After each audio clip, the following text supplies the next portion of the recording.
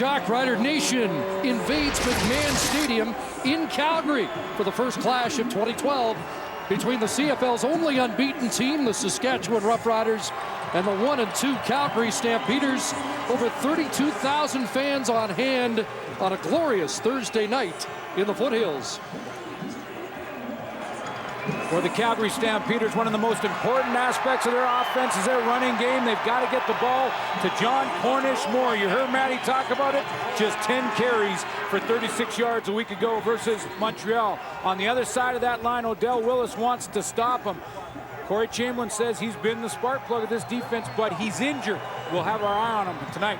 Going after his second road win of the year, Roughriders only won 2 away from Mosaic last season. On the other sidelines after the tough Eastern swing, 0-2. John Hupnagel's crew happy to get back home, and a priority this year to be better at home. And it's early, but Suits, this is a big one. Saskatchewan wins. They already would have a 6-point lead on Calgary in the standings. Best thing for Kevin Glenn is to get that game and what happened in Montreal a week ago behind him as quickly as possible. He'll be the starting quarterback for Calgary tonight and for the foreseeable future, with Drew Tate on the shelf with his injured shoulder. Stampeders swept the season series last year. They've won 5 straight against Saskatchewan. First and 3 in 2012 as Chris Milo kicks it off, and the explosive Larry Taylor from his 6. Up across the 25-yard line, and he'll get dragged down there as Kevin Glenn leads the Stampeder offense onto the field. If you missed it a week ago, Kevin Glenn threw that interception late in the game.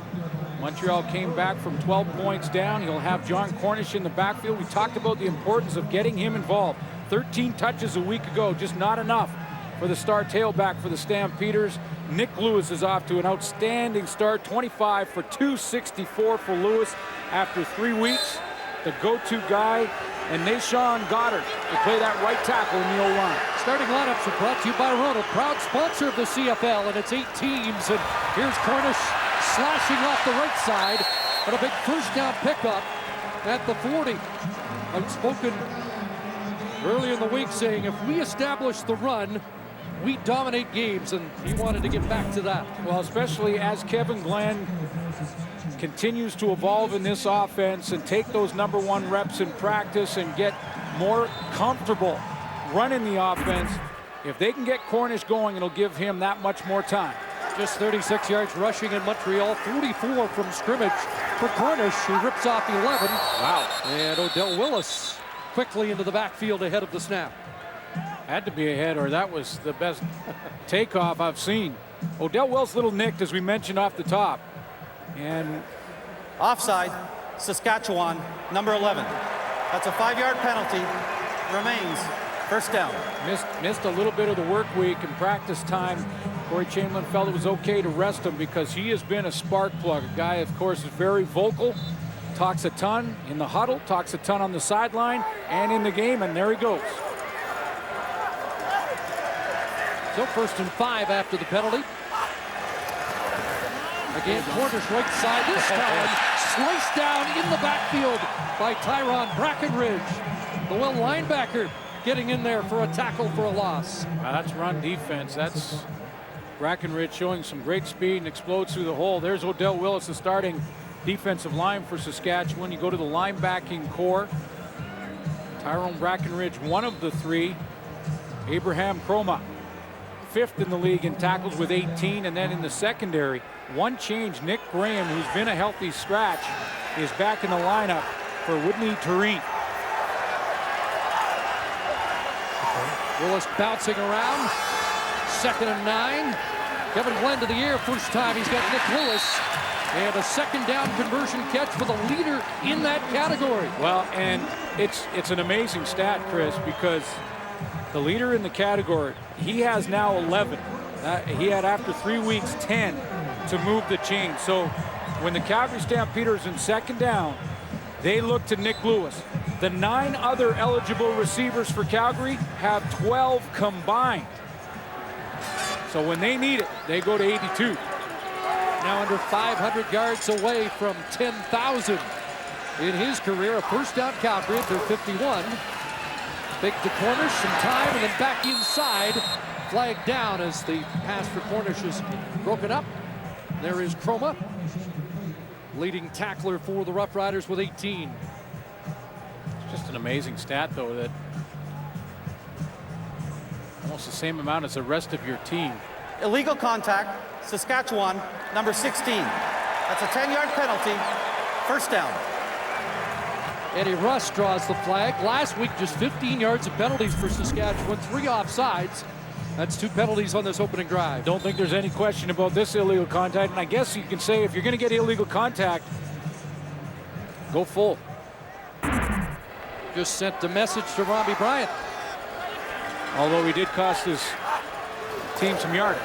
First and 10 again. Cornish looks for room off the right side. And brought down again by Chroma. Think of this team defensively against the run. Abraham Chroma has played well. Shamari Williams has moved to that middle linebacker spot, and then Tyrone Brackenridge is the rotating linebacker, the guy who is going out and doing a lot of the covering on the third receiver. But against the run, they've had some issues. Ranked 7th after 3 weeks, giving up 108 yards per game.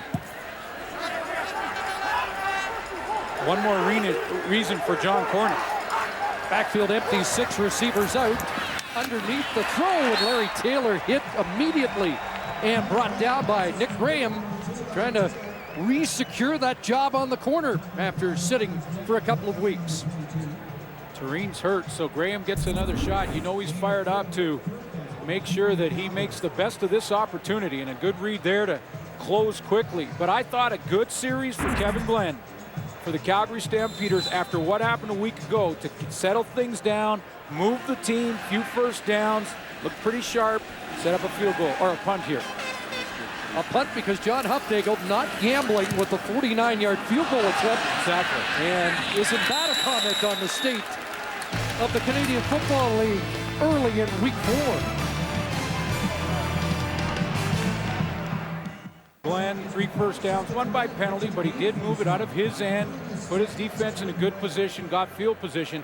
And I'm with you, Chris. I thought 49-yard field goal is one that Calgary would go ahead and try, but with the return game the way it is this year, it's a tougher decision for coaches. Yes, Tristan Jackson's 129-yarder last week may have discouraged John Hufnagel early this week.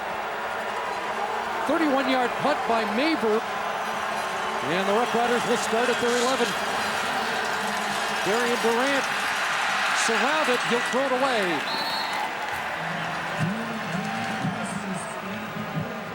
It's a Saskatchewan Roughrider offense that has not turned the football over in 3 straight games, led by Corey Sheets out of the backfield, the guy who has closed out the last 2 wins for Saskatchewan. They needed to kill the clock. Rob Bagg injured on the 9-game injured list. Jordan Cisco will fill in for him. And on the offensive line, they get Brendan Labatt back at left guard. 2nd and 10. Sheets stays in. 5 receivers out. And looking downfield, and again incomplete. Nobody home. Just 2 2-and-outs last week against BC. And they'll start this one with a 2-and-out deep in their own end. Well, on that 2nd down play, Darian Durant needed a receiver to get open. He had the protection up front, but he could not find a receiver looking to the short side of the field. So you credit that play to that Calgary secondary. Specifically Fred Bennett, who's now playing the short side corner for the Calgary Stampeders with the injury to Keon Raymond. So Larry Taylor waits near midfield. And Milo 4 yards deep in his end zone.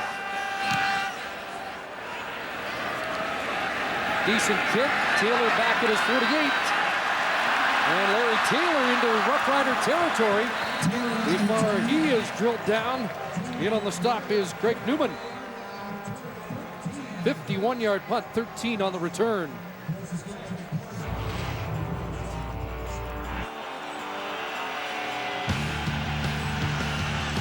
Turning point a week ago. It sure was, and the talk of the town here in Calgary, there were other mistakes, and you win and lose as a team.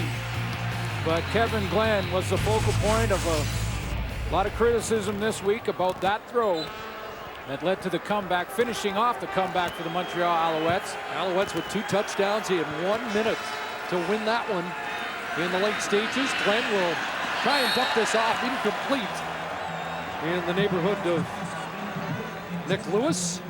Well, Kevin Glenn has the ability to shake those mistakes off.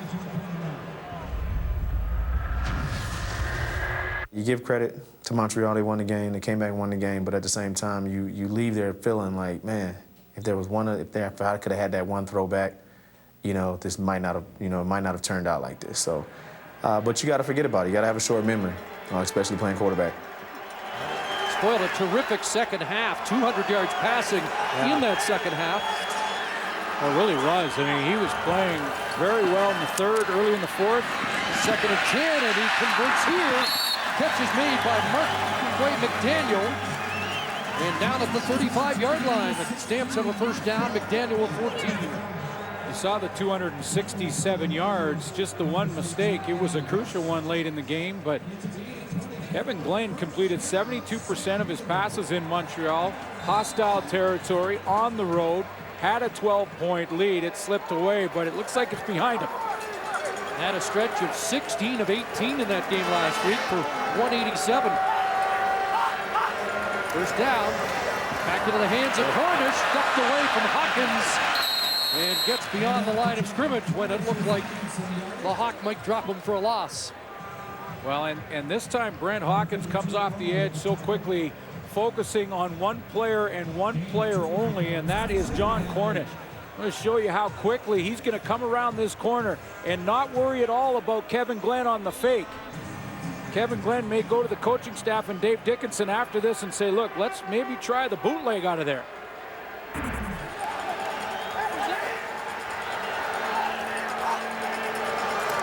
So 2nd and long, Glenn in trouble, and he is dropped. Let's see if they rule him down before he threw the football away. Brent Hawkins leading the surge. He really did, round the corner quickly.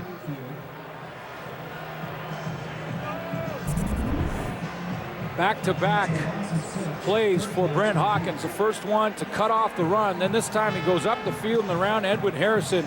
And he and Tay George, the former Calgary Stampeder, get there. So it's 3rd down, and this time the field goal unit comes out. So John Hufnagel didn't want to try from 49. He will from 46. Interesting.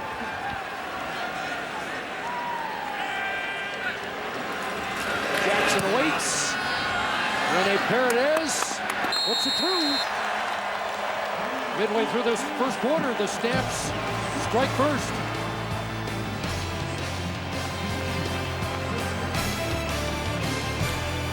With way more than 3-0 Stamps. Let's head to the sidelines. Here's Jermaine Franklin. Thanks, Chris. Keon Raymond is missing his first game since he came into the league in 2008, and he did admit that his personal Ironman streak was on his mind, but the game is bigger than any one player. But today or tonight will be anything but a day off for Keon Raymond. He is going to be heavily involved on the sidelines. He says it's important for him to let this secondary know exactly what he sees on the field, because it is a fairly young secondary, and they're facing a good team in the Roughriders. And a guy who knows all the positions. And there's his replacement, Fred Bennett, who will move to the short side corner to take over for Keon Raymond. He was playing the wide side the first 3 weeks and doing a real nice job out there. Now they'll move him into that short side. More passes in that area. Ball bouncing down, and on the return, Corey Sheets. Captain of the Stamp Special Teams, Greek Sheets. Tell you what, the cover teams are starting to take notice, aren't they? They're starting to take a little pride in their jobs too, and say enougof these guys running back kicks. Mark Kalitz comes up and bam. Nice.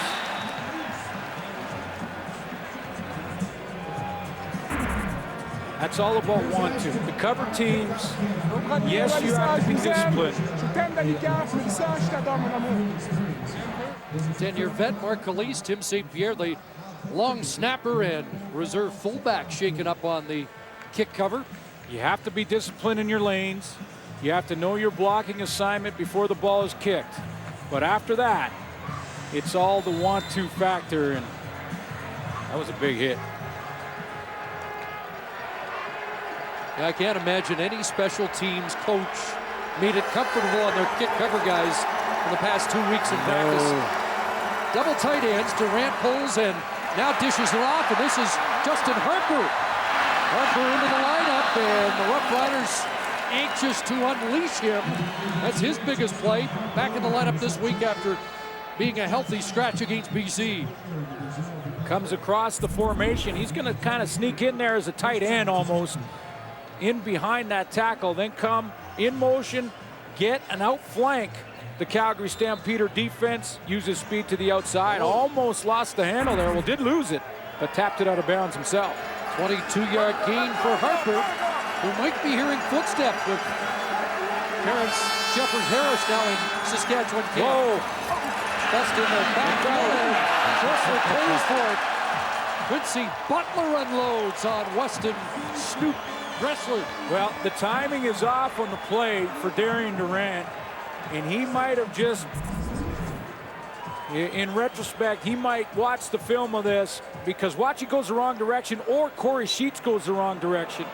Because when he turns to make the fake, there's nobody there. The timing a little bit off, and then the throw in behind Dressler sets him up for a kill shot by Quincy Butler. Well, we've seen Calise, now Butler. Buckle up tonight. 2nd and 10 from midfield. Getzlaff and Dressler in motion, and a flag flies. I was going to say, Chris, sometimes when a play, the timing is off like that, the quarterback's best decision is just to take off and run, pick up a couple. Number 4. 5-yard penalty. Repeat.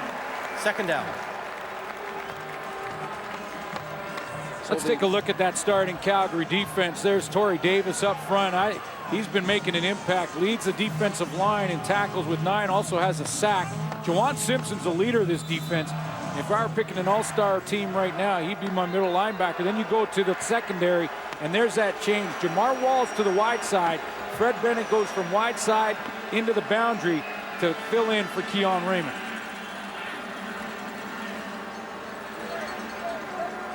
Third penalty against the Roughriders in this opening quarter, matching their total of all of last week. Now 2nd and 15. 6 receivers go out. And Durant takes a shot downfield up from Hill. Can't make the catch. Butler in coverage. Defense fired up. A couple big hits we've seen. Started with the hit on the teams by Mark Kalitz, and then moved to Quincy Butler, who comes up, makes a nice hit on Weston Dressler, and then is in perfect trail position on this play. 7 tackles coming in. That means he's been tested over the first 3 weeks and passed with flying colors all of those tests so far. Here's Milo. And Taylor backpedals to his 11, trying to get outside. And he gets tripped a bit by Butler to slow him up. And he's finished off by Newman.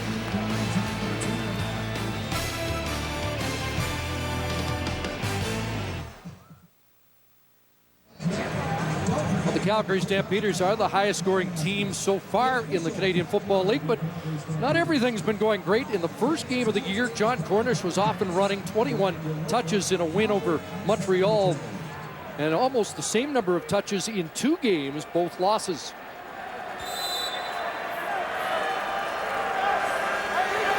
Four times he's had the ball so far. This time, LaMarcus Coker takes over. A pass in the flat complete to Chris Bauman, who returns to the Calgary lineup. Got a theory on why that may be for Dave Dickinson and maybe going away from John Cornish a little bit.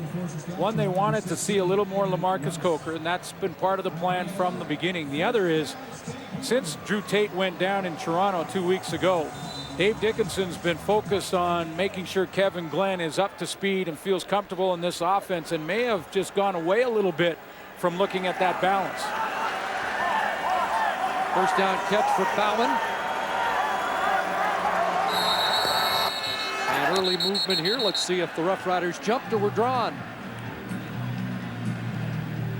There was just confusion in the Calgary offense as to where people were supposed to line up. It looked like Glenn was trying to call the play on the line.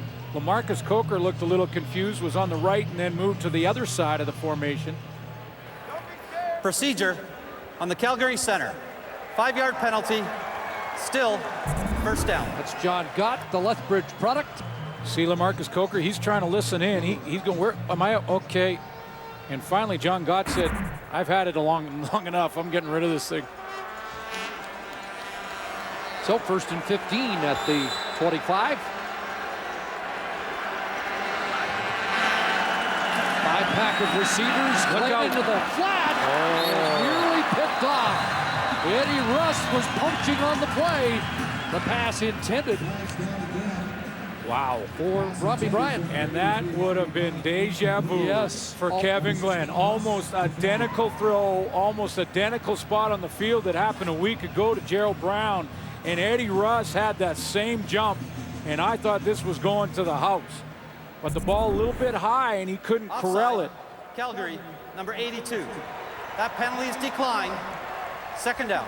Boy, that would have planted a seed in Kevin Glenn's mind had this one turned out the way it did a week ago. Eddie Russ, who took the job from the veteran Lance Fraser at defensive half, an interception last week. And now 2nd and 15 after the penalty to Nick Lewis's decline. 3-man rush. Glenn looking for McDaniel. Incomplete. Chris McKenzie with help from Craig Butler. Double coverage on Markway McDaniel.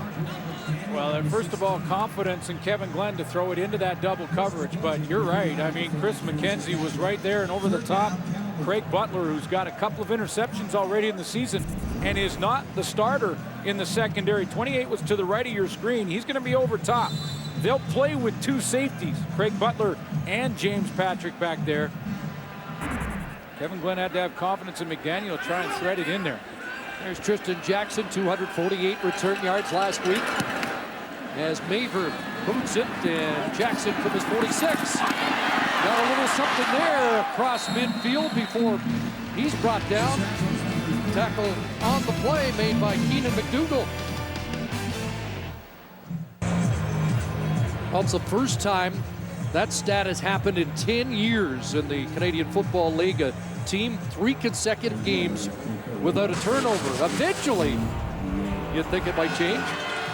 Well, eventually it will. But for now, Darian Durant is not only pushing the ball deep as he did in week 1, but he's making those decisions, those smart decisions, and we've even seen early tonight that if it's not there, he doesn't try and force it. He'll throw it out of bounds, let his defense get on the field. He has confidence, and they're playing as a team. Week 1, they won on offense. Week 2 on defense. Week 3 on the special teams. He has not gone 4 consecutive games in a season without an interception. Great fake there, and the pitch. Here's Sanders coming around the end, kicking it outside, inside the 30, and then tripped up. Jack Sanders into the lineup in place of Lewis Rankin, and that's a big 28-yard play. Well, sometimes it's the athlete, sometimes it's the execution, sometimes it's just the great play call. And this is the great play call. Corey Sheets pulls the attention of Juwan Simpson just enough so he loses contain and Sanders gets the edge. Shows his speed in the open field. Sanders, a game with BC last year, had 240, or checked at 234 all-purpose yards in a game against Hamilton. See him on returns as well right now, lined up as a wideout. Another play fake, and Durant's got an open man, and short hops the pass to an open Chris Getzlaff. Well, we've seen a different philosophy with Darian Durant this year under Corey Chamberlain, more as a point guard quarterback. He and I talked about this offseason, him being like a point guard, drive the lane when it's open. If not, dish the ball out or simply, take that three when you have it. So he has a lot of potential to where he can run and throw the ball, but you can just see the maturity in him right now.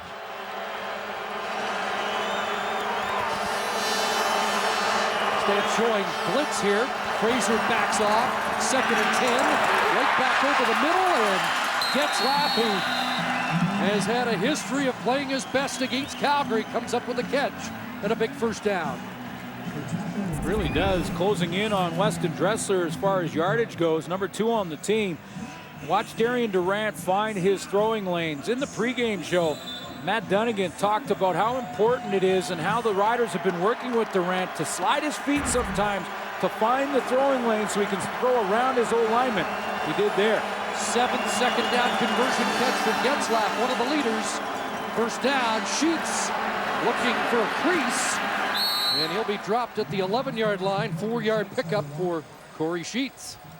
But I think that philosophy that Corey Chamberlain has with Darian Durant and the way he's been teaching him to be a point guard, distribute the football. Don't think too much about dropping back and trying to hit X receiver, Y receiver, doesn't matter. Distribute the ball. You don't like it, drive the lane. And Darian Durant, who plays a lot of basketball in his spare time and in the offseason, completely understands and has bought into that philosophy. Hughes out, Cisco back into the offense. 2nd and 6. Roughriders looking for 6. Durant complete, Getzlaf dropped at the 2. Quincy Butler saves a touchdown. But the Roughriders have another first down, their 1st and goal. Good protection up front that time for Darian Durant. Had lots of time to wait for Getzlaf to cross.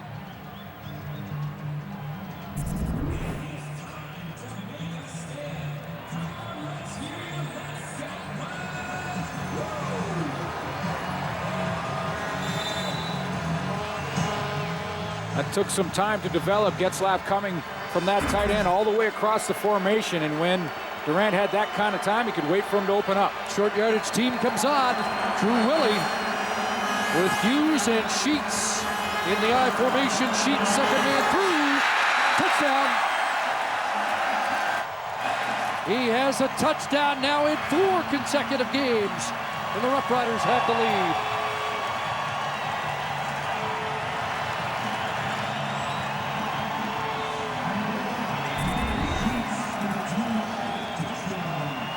Take a look again up front. Thought Corey Sheets was in the end zone before he got touched. Neil Hughes, nice block there. And a down block by Chris Patrick.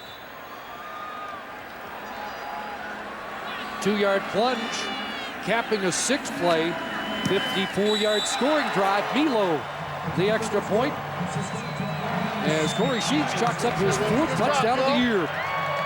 Averaging 81 yards a game. And if you missed our pregame show, we talked about Corey Sheets and the importance he has been to this offense, just the type of yards he's getting, whether they're backed up in their own end and they need to get a couple of first downs to get out of trouble.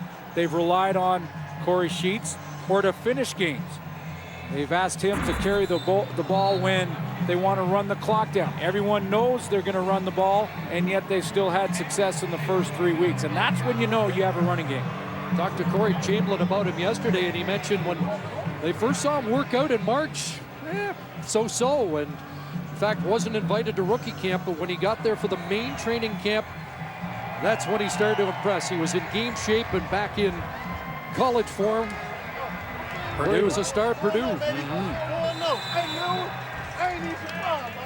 And as you heard in the pregame show, right attitude to learn the game, and boy, he is becoming a huge factor early in this season.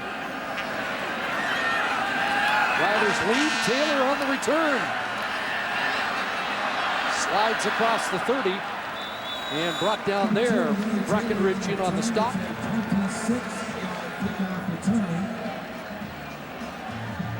Looks like John Cornish will get a chance with the offense in this series. It was LaMarcus Coker the last series, and there was some confusion in that offense, got him in trouble.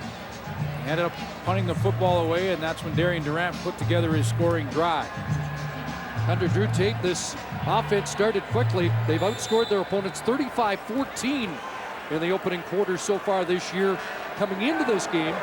But under Glenn, just 8 points last week in Montreal in the first half. On a roll, downfield, wide open. Johnny Forzani drops the ball. Well, somebody missed an assignment, but Forzani couldn't bring it in. You're right, there was a bust. Eddie Russ is looking at James Patrick, and they're talking about it on the way back to the huddle, but either way, Johnny Forzani, he's frustrated because he wanted that football thrown a little bit further down the field, and he goes walking into the end zone for the major. Kevin Glenn on the run, and you could see the bust. Mays or Russ got their signals crossed. Even though that was underthrown, Johnny Forzani should have had that catch. Missed opportunity. 2nd and 10. Now Corners can't make the catch out of the backfield, tracked by Shamari Williams, the middle linebacker. A couple of drops for Calgary and a 2-and-out. It's an important juncture of the game for the Calgary Stampeders, even though it's early on. First quarter just coming to an end. For Kevin Glenn to get with his receivers, get with his running back, maybe Dave Dickinson involved, and just kind of talk it out. There's frustration. You can see it in their body language. You can see it in their faces. Now they have to get back to the sideline, regroup, and come back out united. 4 consecutive incompletions for the Stamps. Maver the boot. Tristan Jackson at his 30. Good downfield cover there. Led by Duron Mayo. Well, the All-State, All-Canadian Mentorship Cup is back for a second year. 42 of the best Bantam age players in the country will be learning from star NHL talent with team captains Taylor Hall and John Tavares. You can watch the game Saturday on TSN beginning at 3:30 Eastern, 12:30 Pacific. So a touchdown drive for Saskatchewan, a 2-and-out by the Roughriders defense, and the visitors have some momentum here as the first quarter draws to a close. Should be the final play. Play action fake it back inside to Sheets, and he gets tossed down by Brian Bulkey. The Stanford product on the final play of the opening quarter. Roughriders with a 4-point lead. Our first quarter stats are brought to you by Rona, proud partner of the Canadian Football League and its 8 teams. Yeah, the stats almost identical for the two teams when you take a look at the numbers. Look at the quarterback passing, and that's bang on. So that one drive for the Saskatchewan Roughriders really the only difference in this game. And as I mentioned, Chris, Calgary's got to get it together. They look like they're starting to reel a little bit. Well, early on, twice in scoring position on their first 2 drives, and just the field goal to show for it. And as you mentioned, the momentum shifts a little bit in this game, but really neither team is full throttle yet, are they? No, they're not, but Kevin Glenn is going to be the leader of this team for a while now, and he's got to have this team offensively buy in and become a guy that's, or a team that's completely behind him as a starting quarterback. And you could see frustration in Johnny Forzani's face, in John Cornish's face, and they can't give up on Kevin Glenn. Start the second quarter. Saskatchewan 2nd and 5 from their 38. Big time pressure, and the pass for Hill incomplete as Durant had to hurry the throw and gets helped up. Off the edge, Charleston Hughes helping lead the charge. Just 1 sack on the year after 3 games for Charleston Hughes, but you know that number will grow quickly.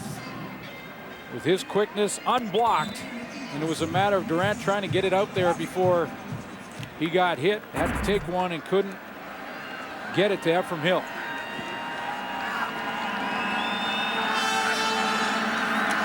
First reload. Taylor under that at the 25. Sidesteps Huckleback and now bursts through. And a good return up near the 50 and maybe 1 step away from busting it. Yeah, well, this will help. This will help for the confidence of this offense now to have good field position set up by Larry Taylor. Seen the great speed he has. Look at the jukes he's got right in the middle of traffic. Nice little momentum pickup for the Calgary offense. Now let's see if they can carry through with it. 47-yard punt, 23 on the return. Kevin Glenn starts at his 48. Cornish in the backfield. Off the right side, close to midfield for John Cornish. The pregame show, Matt Dunnigan talked about what Kevin Glenn has to do. He's played a little quarterback in his time, about getting the guys to buy in as the backup. And that's about looking in their eyes, getting up there in the offensive line, take a look at those guys right in the eyes, say, don't worry about where we are. I'm going to take control of this situation. We're going to start moving the football. That's a good start. Give it to Cornish. Get yourself in 2nd and 4.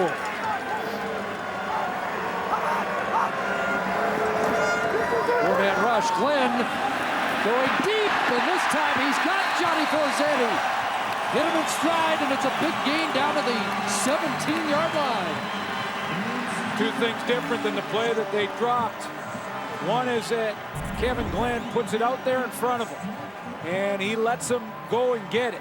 But the second, and maybe most importantly, Johnny Forzetti makes sure he secures the catch.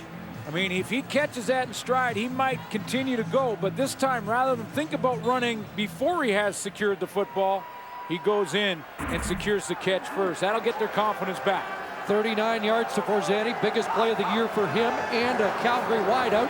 Quarterback draw, and Kevin Glenn has it sealed up quickly by Keith Sholigan and company. This is the veteran in Kevin Glenn. Understanding that the confidence was waning a little bit. There was some frustration, so he's going back to that receiver that was frustrated. Hits him with a deep one.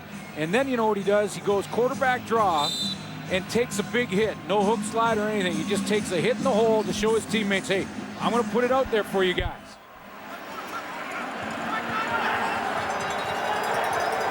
So 2nd and 8. See if 82's on the playlist. It goes to Nicholas. Ball popped loose. They're ruling the catch, and he'll be marked out right at the first down step. And just like that, confidence is back. John Cornish to start the drive. Nice throw down the sideline. And then go to Nick Lewis. Not much advanced scouting needed to figure out on 2nd and 8 deep who they might go to. Injured Saskatchewan Roughrider back in the end zone. Eddie Russ is down.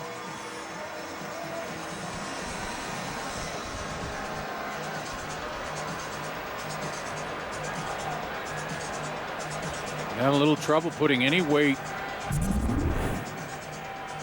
on his leg there. Let's take another look at the Nick Lewis catch. Boy, that gave you a good glimpse at what the quarterback sees, or in some cases can't see, and has to trust that he knows where the route's going to end up, and that he's got a sure-handed receiver at the other end. And does he ever with number 82? So Lewis, 2 catches, 20 yards so far in this game.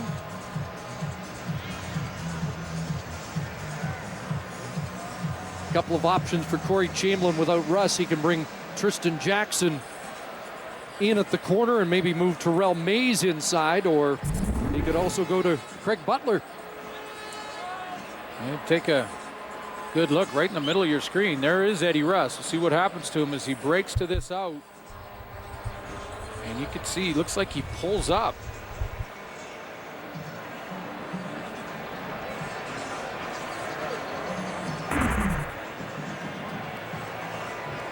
Back of the knee, maybe calf.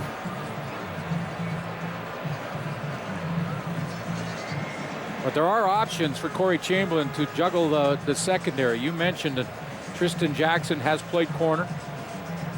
Could rotate right in there. Jackson already in the huddle, so that's what they're going to do. That's the first option. And while Russ continues to get attention, we'll step out here early, 2nd quarter at McMahon.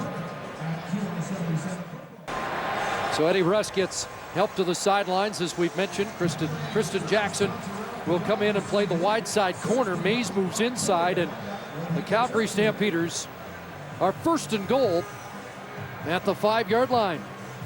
3 changes for 1 injury. Jackson to wide side corner, Mays to halfback, Nick Graham from wide side to short side corner.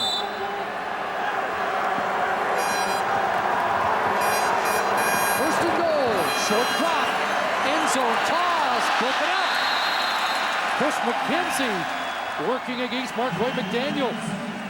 Well, there's proof that quarterbacks don't go after matchups as often as they just run the offense, because that's the only guy who didn't change positions in the Riders secondary was Chris McKenzie, and he is in good position here.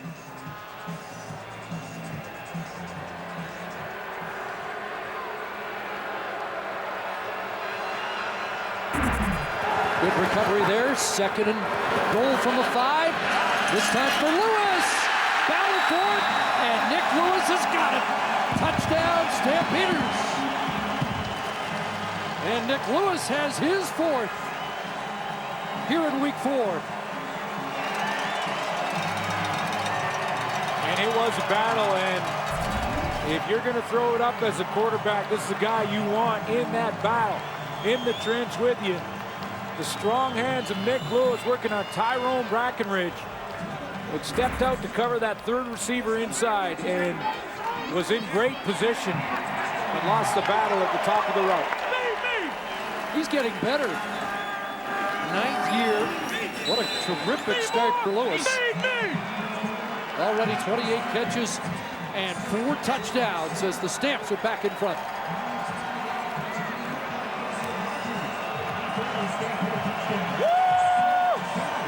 Three receivers for the Calgary Stampeders from the outside in. He's the 3rd, 1, 2, and number 3 receiver is Nick Lewis. And Nick Lewis is going to get that matchup on Tyrone Brackenridge. The linebacker's going to step out on him. Little swim move, pretty good position. You can't really cover him any better, but Nick Lewis wins the battle.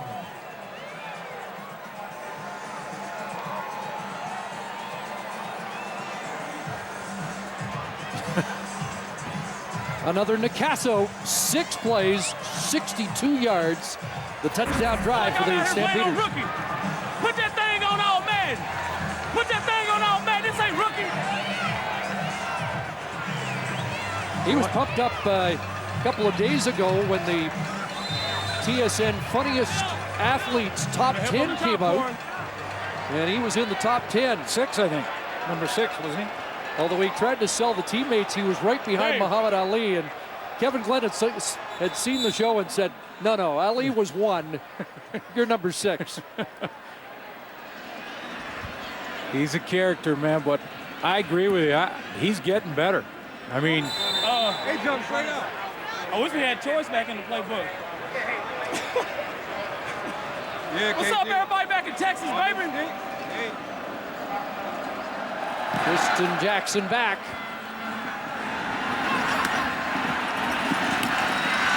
Up across the 20, 30, and dragged down at the 37-yard line while we mentioned the top 10. I didn't do everything. That's how it sounded a couple of days ago on TSN. So that man 15 plus.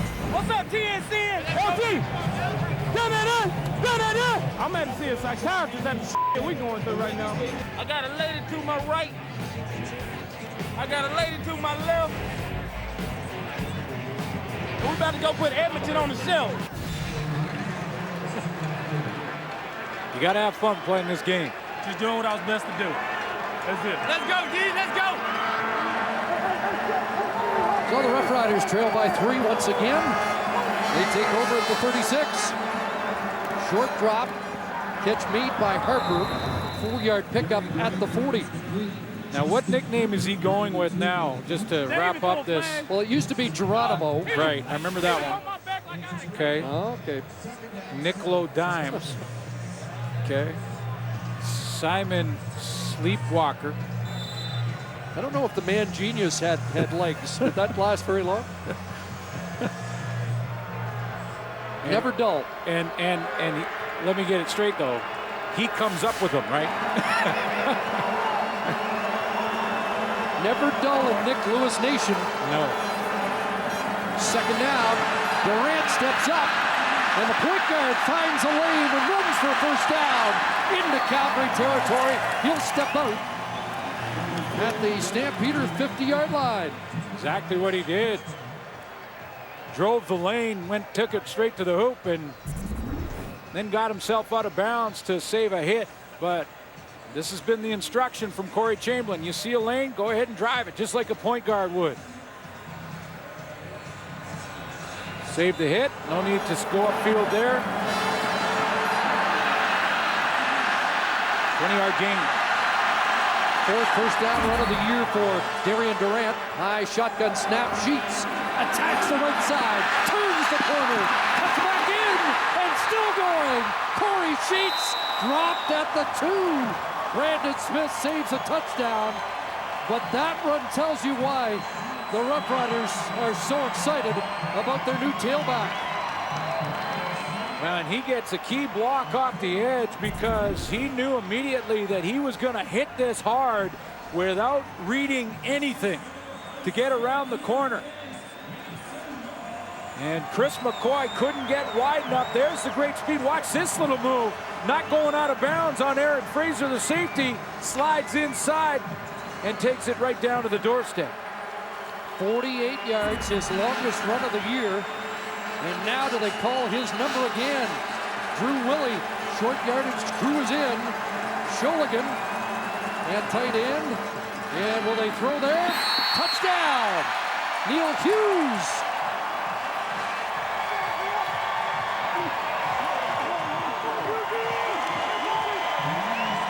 First touchdown of the year for the Rough Rider fullback and former Regina Ram. Keith Sholigan was waving his hands looking for a pass, but I thought he was the guy. We've seen that before. You're right. He's the tight end here, and then coming out of there was Neil Hughes, and that's the safer throw, the right throw, the good decision, and a solid catch. 9-year vet of the Rough Riders, a touchdown. That was quick, 4 plays, 73 yards, and a 48-yard burst by Corey Sheets to set it up. It's going back and forth here in the first half at McMahon. Let's take you back to the big Corey Sheets run. You're going to see some key blocks. Chris Patrick, Neil Hughes, receivers Justin Harper. Watch Weston Dresser get in there, and that's why Corey Sheets takes the corner without even hesitating or looking downfield. He's got the blocks he needs.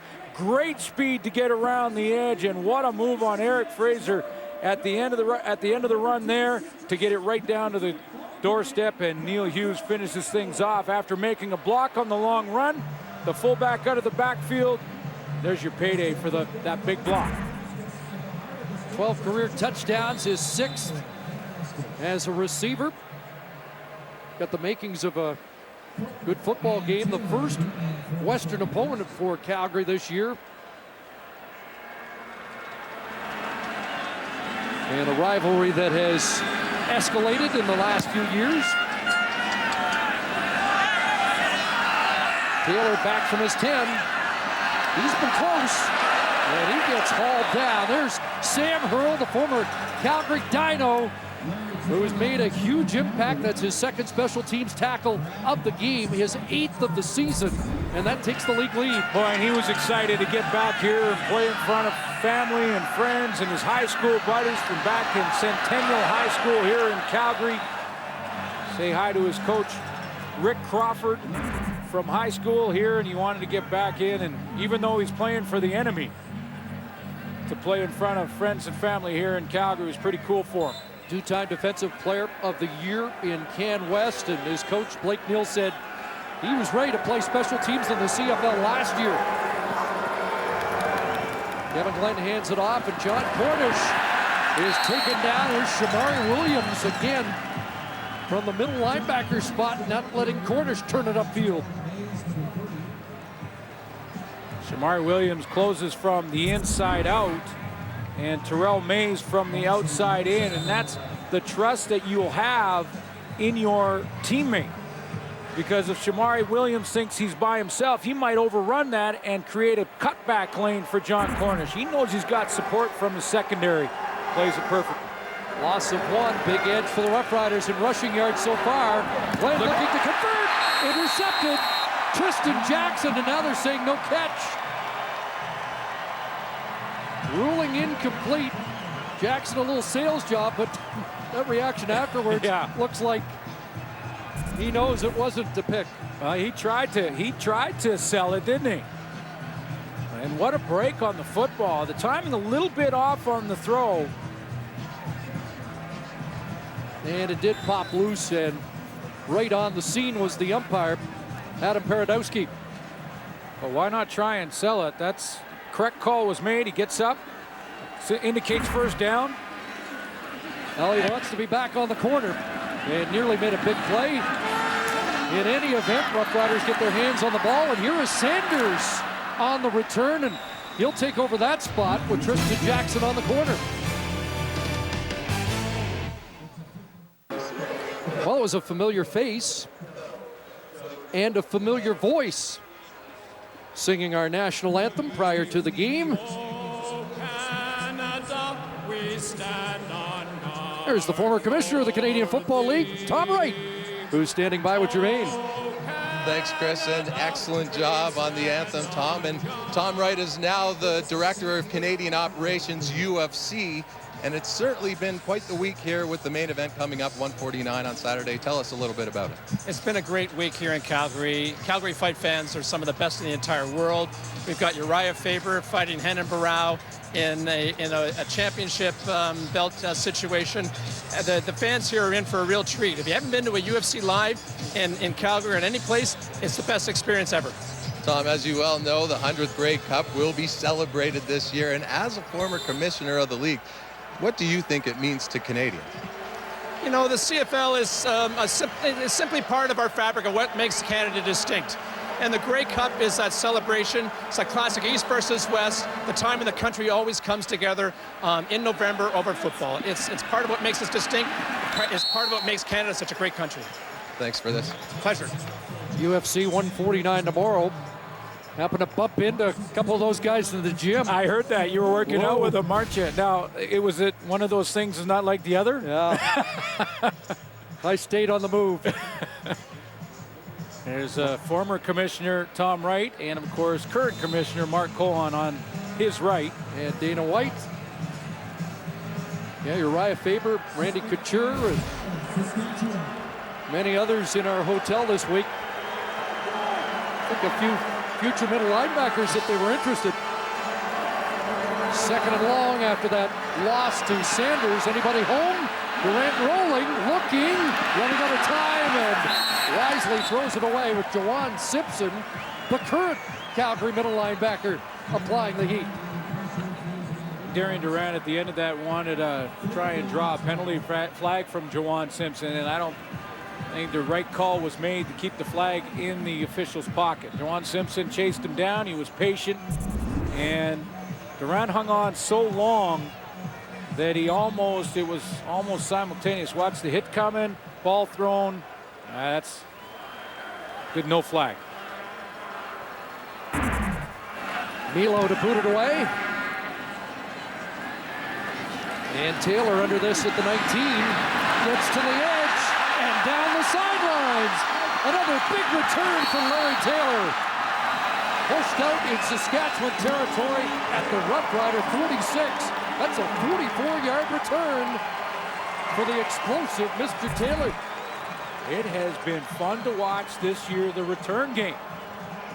I mean, these guys, there are some talented returners with a 65-yard wide field, and they've got 5 yards when you're right along the rail like that. Neil Hughes just enough to edge him out of bounds. Averaging over 250 return yards per game early this season. McDaniel's got a catch.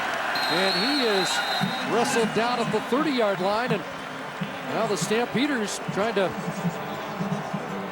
take charge after Larry Taylor set the table.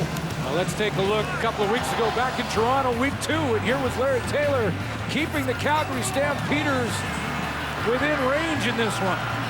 Again, another real close game. The Stamps almost came all the way back to win it and forced Toronto to a late field goal to win, but that was a huge return for Larry Taylor there, and he this offense, great field position. Glenn rolling, end zone, tipped away. Big play on the corner, Tristan Jackson. Remember, he was disappointed that he lost his starting quarterback job, but it's another good play by Jackson on the corner here, replacing the injured Eddie Russ. Yeah, it's been a couple of good plays by him, but I like the decision from Corey Chamberlain. And I think that what we've seen in the return game and how important it is and how explosive it can be, you want that returner as fresh as he can possibly be. Tristan Jackson had the 129-yarder. Now, if he has to run deep routes like that throughout the entire game, is he going to have the energy to run back a kick? 2nd and 10, and Calgary's got to call timeout, and there was more confusion there. Calgary. Saw John Cornish raise his hands, and they got to get on the same page here at the Calgary sidelines. Yeah, they've had a couple of times that they've shown that they're a little bit confused, and Dave Dickinson will try and push this offense and Kevin Glenn to get up to speed to where Drew Tate was. I was going to ask you, is this because they've had to reset after the injury to Tate? Who is standing right back there in that arm sling that made the decision to go into surgery, which I think is a good decision. Get it right, no second guessing, and let Kevin Glenn take the controls for now. Out 4 months, likely the year, but not necessarily. There is a chance Drew Tate could be back late.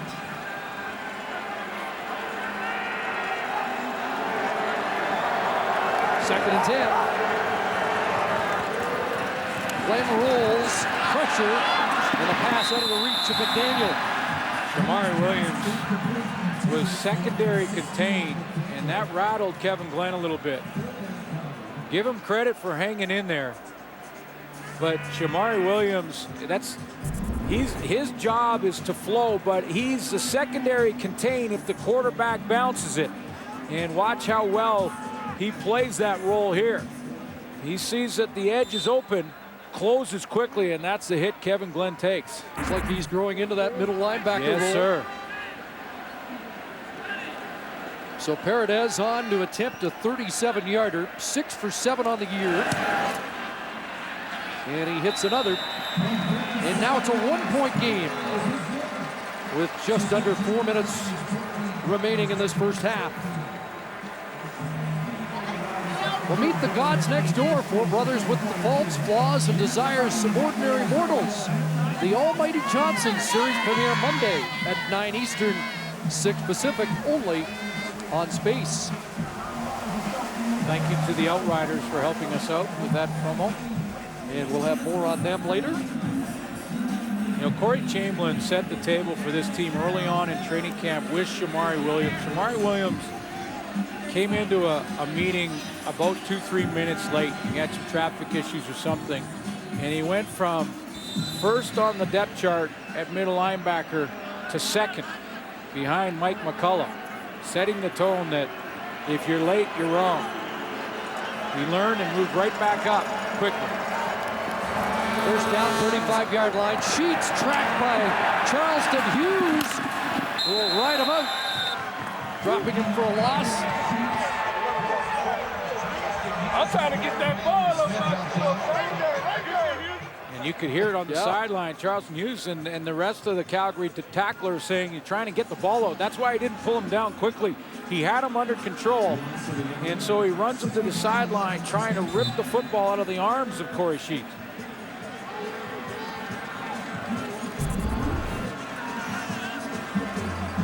Trying to get around there and get to that football.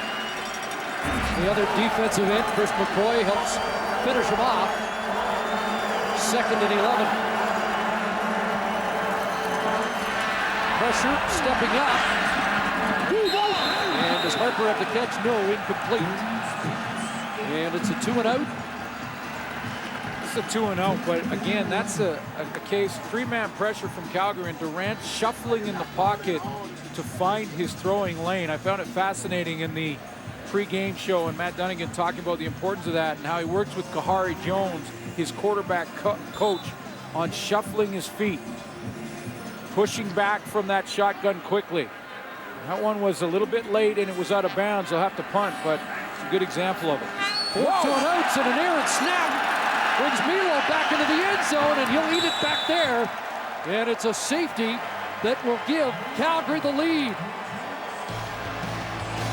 High snap, and it cost the Roughriders 2.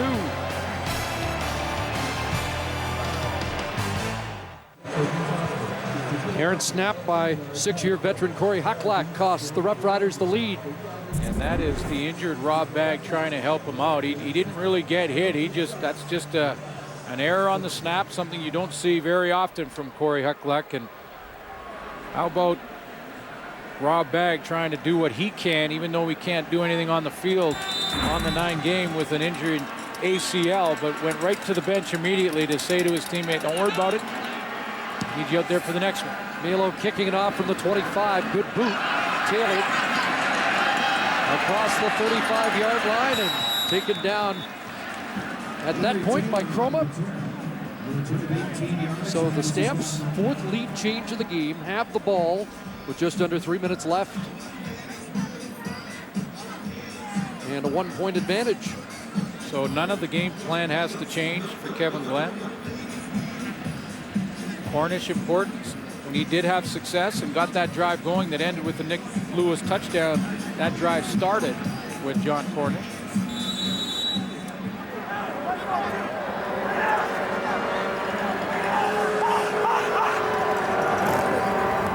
Here's Cornish and tries to kick it outside and does bounce away, making something out of nothing. And John Cornish ends up with 6. John Cornish was very nonchalant about getting there for that play. I know he knew he was getting the football, but I don't think he wanted to tip off the Rider defense that he was getting the football. Because as he's walking out, watch number 9 right here. He just kind of slowly walks out there. Don't bother. Don't worry about me. I'm okay. Nothing. It's all fine here. Everyone talk amongst yourselves. Look away, and then bam, they give him the ball. Breaks a couple of tackles and away he goes for a good game.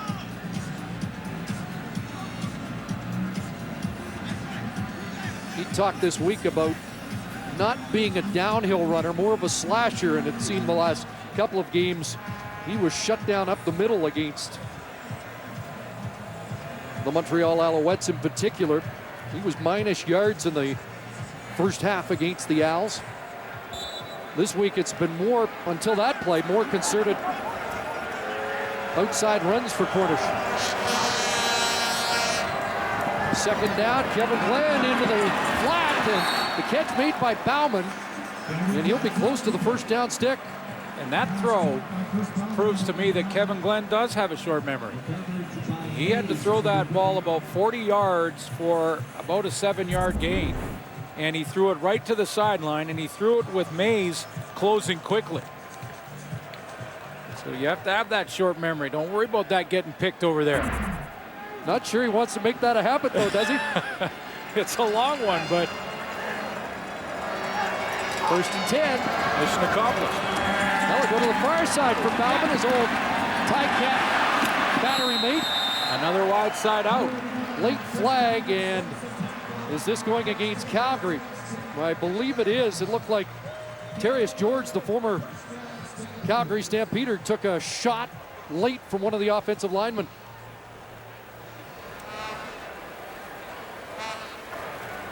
A necessary roughing, number 67, Calgary. 15-yard penalty after the play. First down. Dimitri Sumpas.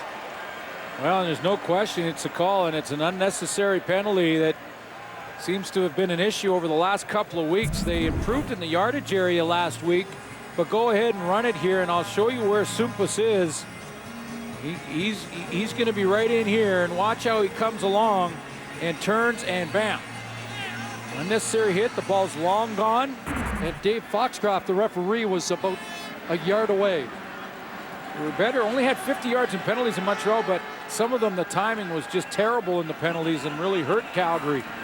One of the reasons Montreal was able to come back from down 12 points. So 1st and 10 at the Stamp 44. Flag down, and Glenn dropped the football, and Robbie Bryant picks it up. They're ruling fumble. Again, a flag down on the play, and you wondered if that would be an incomplete pass or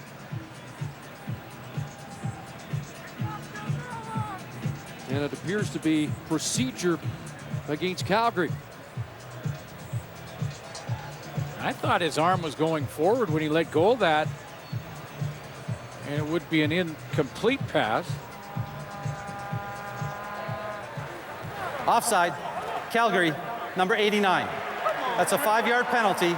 Repeat, 1st down. So that's Bauman as they march back 5 more. Okay, well, the penalty brought it back no matter what, but it wasn't going to be, I don't believe this would have been a fumble advanced anyway. His arm's going forward when the ball comes out. Odell Willis around the edge, lost his lid. 1st and 15. Pressure, dumped off underneath, and Cornish is stuck there by Brackenridge. Up at the 45. They get about 6. Well, Cornish had to gather that football up, and when he did, by the time he got it together, it gave Brackenridge a chance to step up into this hit. So it's kind of in his legs there, and that extra second, he had to go to the sideline and regroup. Spotted at the 47. 2nd and 8. Glenn steps up. Kevin Glenn reaching out, but looks like he'll be a yard or 2 short of the 1st down. Just over a minute and a half left, and the punt team does come on for the Stampeders, and Roughriders will get one last chance to reclaim the lead before halftime. I think they got the spot right. Like he was about a yard, which would have been a decision for John Hufnagel, but I think they got the spot right. They're about 2 to go.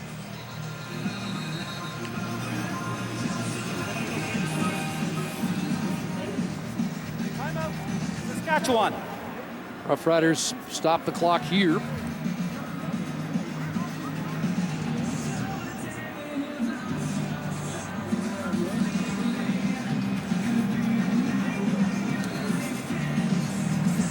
Don't want to let Calgary burn off the whole 20 seconds. Exactly.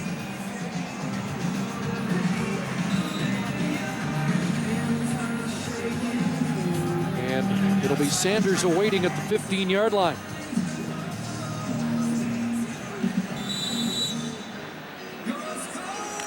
And as it turned out, the addition of Sanders this week turned out to be fortuitous with an injury that forces Tristan Jackson back into the defense. Neighbors boot, fielded at about the 16-yard line. And Sanders dragged down by former Saskatchewan Husky Keenan McDougall and company after a 42-yard boot. So 1:16 away, and then we'll have the halftime show with the new host who looks like a keeper, Jock Climby, Matt Whiteshoes Dunnigan, Chris Schultz and Milt Stiegel. And among the topics, Nick Lewis and the way Darian Durant bounced back to lead a Rough Rider touchdown after Calgary had claimed the lead. Remember Billy Whiteshoes? I don't know if you played against Whiteshoes. There's a pass batted down, and Charleston Hughes, who the guys were talking about in the pregame show, has been a factor in this first half. I had to wear white shoes because it makes you look faster. I couldn't afford to wear black shoes and look any slower than I was. Here comes another nice speed rush from Charleston Hughes off the edge. Or, excuse me, Hugh Char. Yeah, there he goes. Hands up in the face. If you can't get there, make sure you get your hands up. Charleston Hughes, another good speed rush off the edge. Number 51 in the CFL.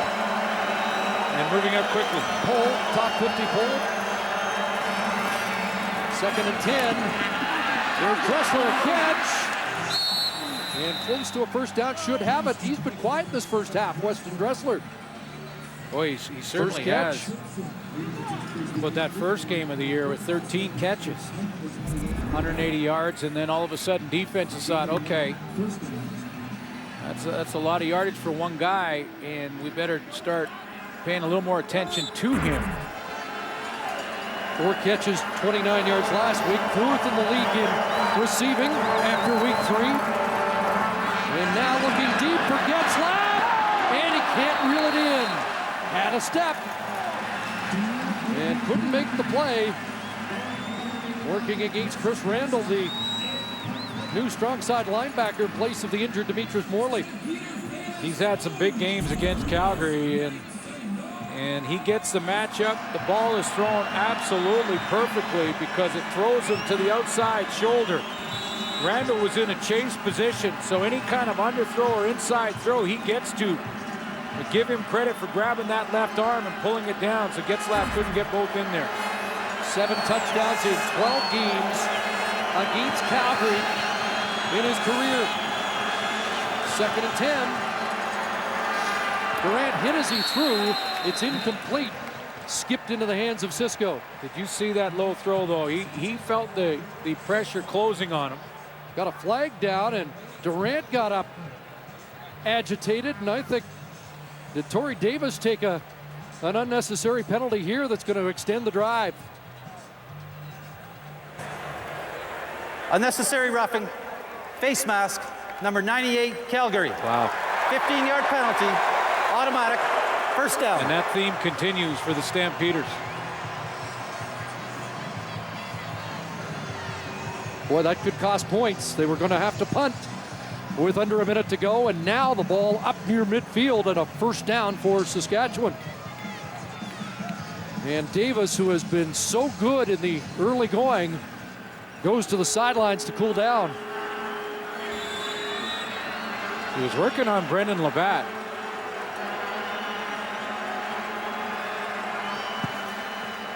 First down, quick hitter, Dressler catch in Calgary territory at the 50, and he has 6. Let's show you that penalty on Torrey Davis, and you be the judge. I mean, there's Davis there, and here's Brendan Labatt going one-on-one. Now, Labatt's going to take him and push him to the ground. I think when he was lying on his back, Torrey Davis rips the helmet off of Labatt there.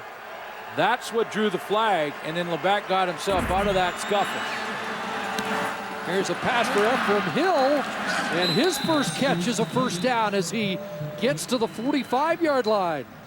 Brought down by Corey Mace, but Hill extends this drive. But if this ends up in points for Saskatchewan, every point important in these close games. And again, that was a theme last week and the week before in those Calgary losses, that penalties at the wrong time that extended drives. Roughriders pretty efficient in the hurry-up, 7th play of the drive. Back to the sidelines, Harper's got the catch, and he'll be pushed out short gain. Brandon Smith there, but stops the clock with 23 seconds remaining. And that was a case of Darian Durant wanting to manage the clock because he has Getzlaff on a corner route wide open, but he wants to get it out of bounds here quickly and just get himself in a good position. That corner route's wide open, but he takes the short flat. You're telling me 89's next up? Let's see. Dressler and Getzlaff to the short side of the field. Looks like it'll be Dressler, and he'll get out of bounds. First down, they're in field goal range, and still time to do more damage. This time Calgary switches things up. They make it look like Eric Fraser's going to come down and cover Getzlaff.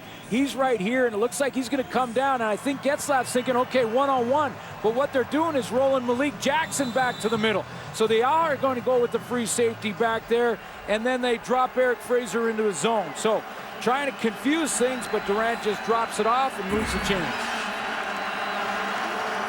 First down at the 30.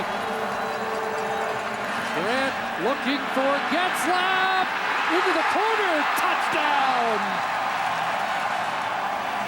The Stamp Killer's done it again.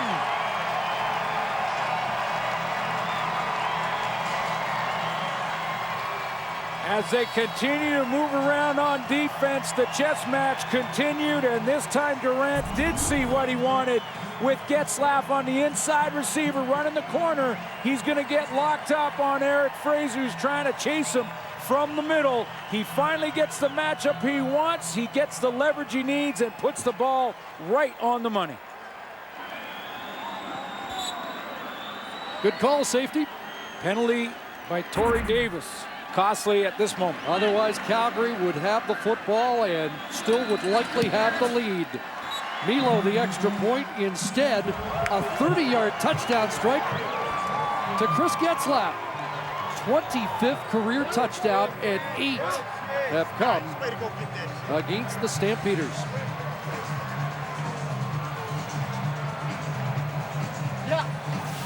Take a look at his last 13 games versus the Calgary Stampeders, just shy of 1,000 yards against that team alone. 8 touchdowns, and that's a nice average at 18.3. I think back to that overtime game, what was it, 2 years ago, 2010, here in Calgary. 201 yards, 2 touchdowns that game. Stampeders kept him out of the end zone last year, but not here tonight. And 10 seconds left in this first half.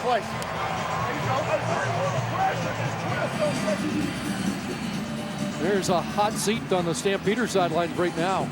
Yep, Torrey Davis trying to stay as far away from the coaching staff as he possibly can at this moment. And I'm guessing that will be addressed at halftime. A couple of penalties that have cost Calgary in this first half. 5 lead changes in the half. A pooch kick bouncing down at the 30, but Taylor still gets his hands on it.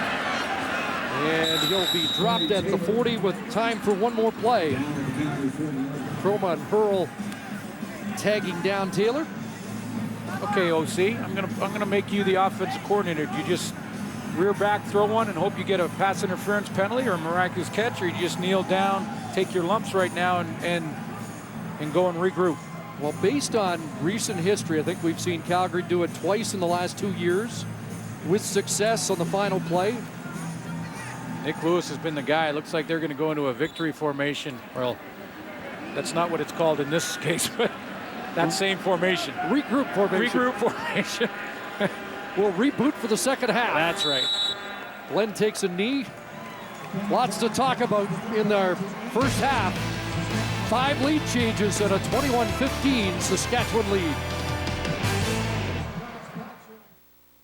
Touchdown catch of the year. Milt Stiegel in studio was suggesting that maybe if Milt and I had tacked on a few more pounds, we could have extended our careers by 3 or 4 years. 40 more? I think you were joking. Were you not joking? We'll talk later. Speed was part of our game, Milt. We'll talk later. Part of his game. I was waiting for you to make that correction. Chris, Matt, Milt, and Jock here at the half. Saskatchewan leading 21-15. It's been a very entertaining, very hard-fought, physical first half of football. You know, Darren Durant came into this game clean. No interceptions, no fumbles. First half of this game, same way. Matty, I know you like what you saw from him. I like what I've seen the entire football season, and the relationship with Kahari Jones and Darren Durant continues to pay benefits for the Saskatchewan Roughrider offense. And what I mean by that is Kahari went into this year and he studied all the film from last year, or video from last year from Darren Durant, looked at all the turnovers and realized that he was just trying to do too much. He told him, look, Darren, you don't have to carry this team. Just be a good caretaker of the football. That's exactly what we saw. He responds to Calgary's touchdown. We just saw there Nick Lewis put in the end zone. He responds, and he gets it going with his feet. He doesn't force the issue, just pulls it down, moves the chains with his feet. And then he goes back to his bread and butter. He goes back to closing time, Corey Sheets. But you know what? He gets busy with the 48-yard gallop. Nice move in the inside run to the 1. And then here, Drew Willie, first touchdown pass to Neil Hughes. Count it. Riders are really tough. This is what impresses me. Watch his ball movement. Ball's up, secures it. Nothing's there. throw it away, live to play another down. To me, this is what he's doing so exceptionally well, Schultz, this year, is making good decisions. You saw what it paid off for him, too, at the half there. Strike to Chris Getzlaff to give his team the lead. Let me expand on that because I've been impressed. You have the right play at the right time against the exact right defense. Not only are you going to have success, you're going to have major success. Watch this play for the Saskatchewan Roughriders. First and foremost, they catch him in the right defense. You're going to see an interior stunt by the defensive end. Now, the linebacker has to close to the outside. He has to have contained. That's catching the defense at the right moment. Watch as the receivers run the two defenders out of your picture, and it opens up that space, and that's exactly where they're going. There, the defensive end takes the fake 110%. Juwan Simpson, good linebacker. Look at his decision. Take the quarterback or take the running back. He has to make a fast decision. He goes for the quarterback. The separation of the running back, that is Jock Sanders, brand new to the Riders. He makes that play, makes an easy move right there, gains excellent yardage. The offense of the Saskatchewan Roughriders right now has a system, has a design about it that's extremely intelligent. Right play, right defense, right time. Milt, one of the reasons why I love having you on this panel is because you like to talk about receivers.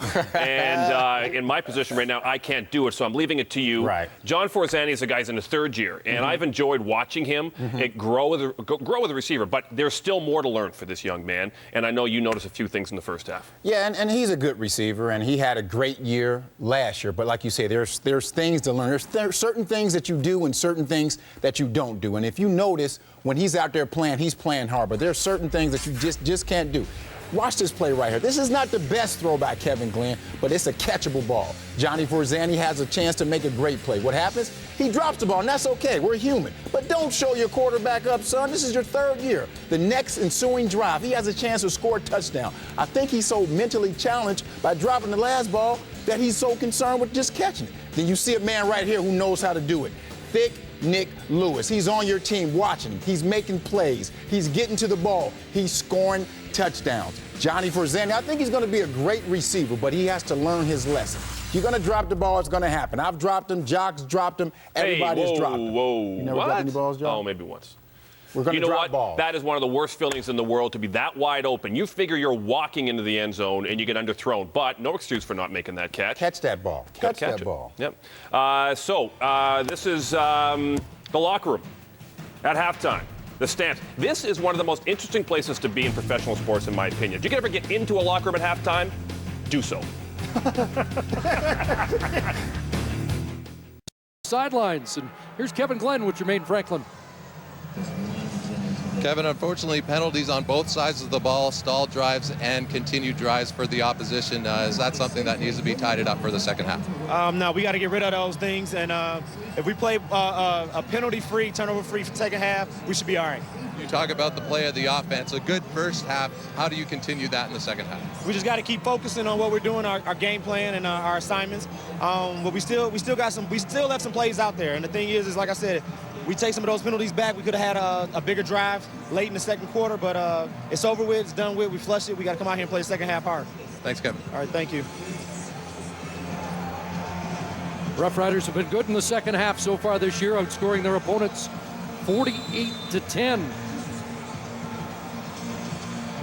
And we'll get the ball first in this second half. 5 lead changes in one half. What do we have in store? Tristan Jackson gets things started with a return over the 50-yard line, down the sidelines, and R.J. Franklin, the last man to haul him down. And he's hurt. Jackson shaken up. And remember, he is now a big part of that defense with an injury to Eddie Russ. 69-yard return to kickstart the second half. Boy, and he wasn't touched. That's a short side field return. Nice blocking up front. Shifted gears on the kicker, and Greg Newman got one. Mike McCullough got a nice block, point of attack. And he just got banged up a little bit on that sideline. But he did get up and is walking off now. It looks like he'll be okay. But you're right, they need him on the corner now with the injury to Eddie Russ.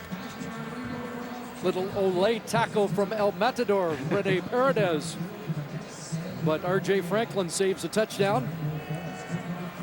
But the year of the return continues. If you could see a thought bubble on a kicker in that situation, it'd be pretty entertaining.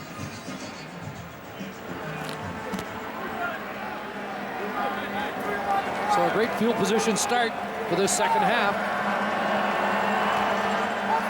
At the Calgary 41-yard line. Grant looking short side, and that one hops incomplete. Intended for Dressler. Well, the guys talked about it at halftime that Darian Durant's numbers aren't jumping off the page like they haven't the last couple of games, but he's making good decisions and has yet to again turn the football over. So you're looking at now 3 straight games and a half without a turnover on offense, and no team since 2002 has had a 3-game streak without a turnover. Pretty modest numbers since he rolled up 390 passing yards in week 1, but tough to argue. 2nd and 10, and he has Getzlaff again, and Getzlaff's got a first down. 4th catch of the game for Chris Getzlaff, who has a touchdown. By the way, there's probably a lot of fans that are wondering about that. It was thought earlier in the week that the Calgary Stampeders last year went 3 games, but there was actually a mistake in the stats, the league office, and they checked that out. Steve Daniel, our stats coordinator, checked it out, and the fact is just the Saskatchewan Roughriders since 2002, the 3-game streak, now 3.5. 61 yards on the day for Getzlaff. First down at the Stamp 30. Sheets. And he'll be pulled down at the line of scrimmage, and that's the Will linebacker, Chris Randall, who looks like he's got that spot for a while now. Checked at the strong side linebacker in place of the injured Demetrius Morley. Also, they're talking about surgery for Morley, and that would mean that Chris Randall, you're right, we won that spot, or was close to winning that spot. They won a spot on the team and on the roster to back up Morley coming out of training camp. And quickly, that's how fast it happens. Passing situation. Getzlaff and Dressler crisscross in behind Durant. Looks like it could be a free play for Durant. And incomplete, intended for Dressler. But it appeared that Calgary had jumped offside. What a work.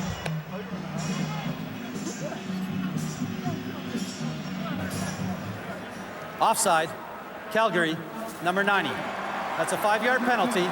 Repeat, 2nd down. Chris McCoy back in after sat down in Montreal as Ken Petway took over at defensive end. He goes to the sidelines. Justin Phillips is back in the Calgary lineup, his first game of the year. He'll take over at the end spot, number 44, coming off arthroscopic knee surgery in mid-June. 2nd and 3. Sheets. Bulldogs down to the 20 and should have a first down. And if this is a first down, another example of a penalty extending the drive for the opposition. And Kevin Glenn talked about it in that halftime interview with Jermaine, saying they've got to clean up the penalties across the board. Calgary was offside 6 times in Montreal. Now, an offside can happen. It's a better penalty than the penalties that happen after the whistle is blown. But still extends the drive for Saskatchewan.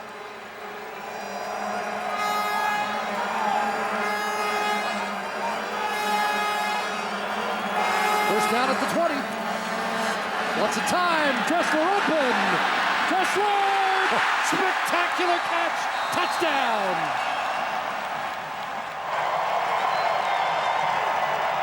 He's going to have to catch his breath after that.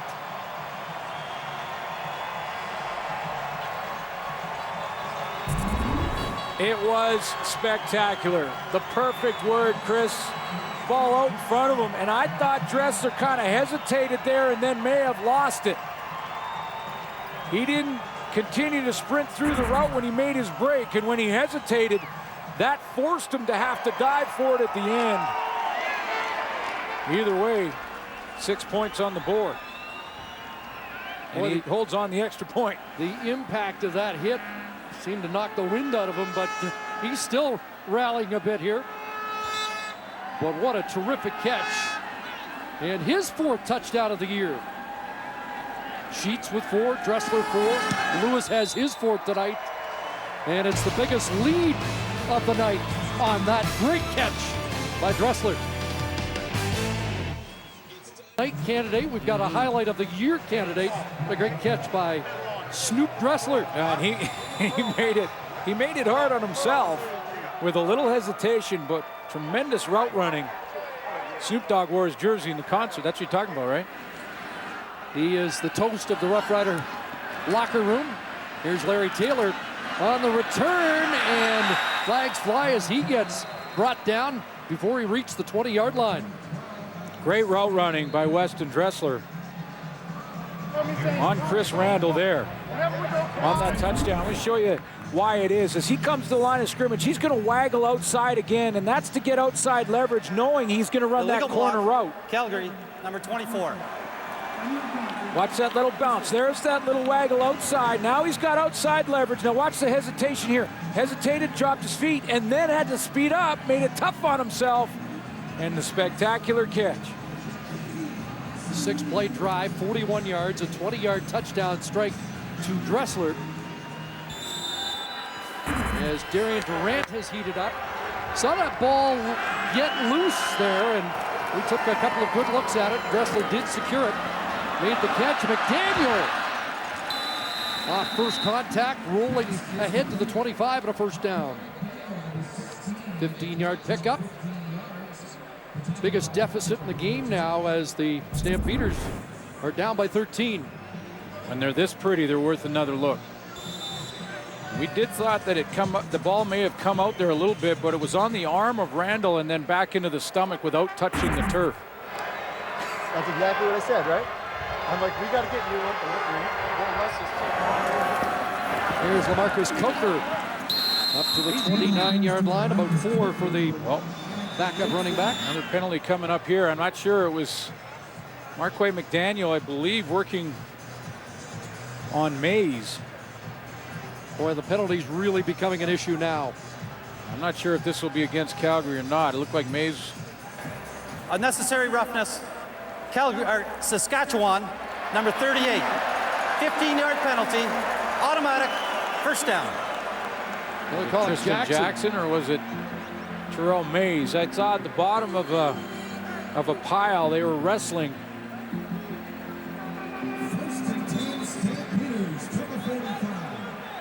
So let's see if the Stampeders can capitalize. One of the late touchdown first half came after a Davis roughing play. Glenn ahead. Kevin Glenn, some tough yards up here midfield. Shamari Williams and Chroma bringing him down. Kevin Glenn just 3 rushes for 17 yards coming into the game. And now the short yardage team comes on, led by the rookie Bo Levi Mitchell, who's an injury away from being the Calgary starter.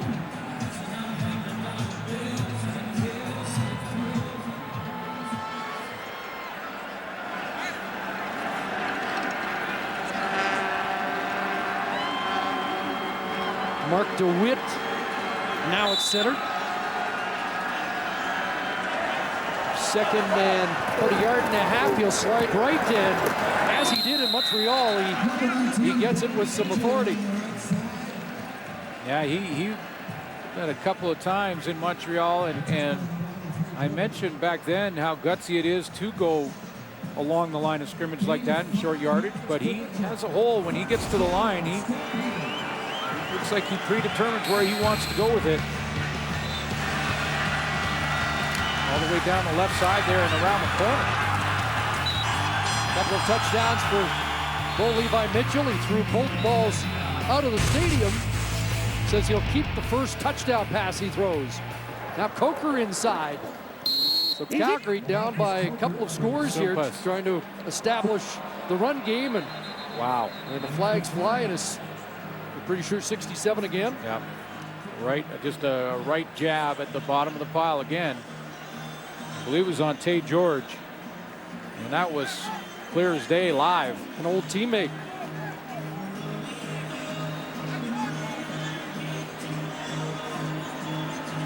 And penalty's been an issue for Sumpas early in the year. And I'm not sure we said that in previous years.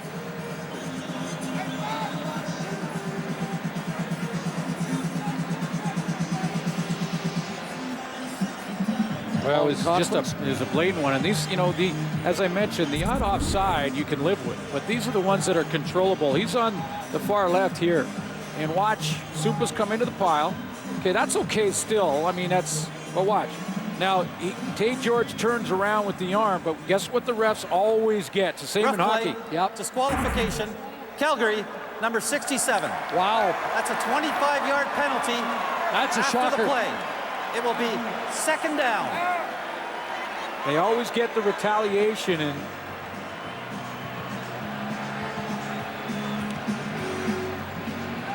and Tate George waves goodbye. A little surprised at that. That he got thrown out. Yes. Well, it was a punch, and he didn't hide it. And now they missed Tate George with the turn there, but they did get the straight punch. But after last week's Winnipeg-Edmonton line brawl, maybe the officials are going to clamp down. Well, this puts Calgary in a real bind. Arguably their best offensive lineman headed to the showers as they look at 2nd and 30. And now DeWitt and Gott both along that offensive line. Kevin Glenn steps up, another flag. Glenn's had McDaniel but couldn't make the connection. Incomplete. And is this going to be holding against Calgary?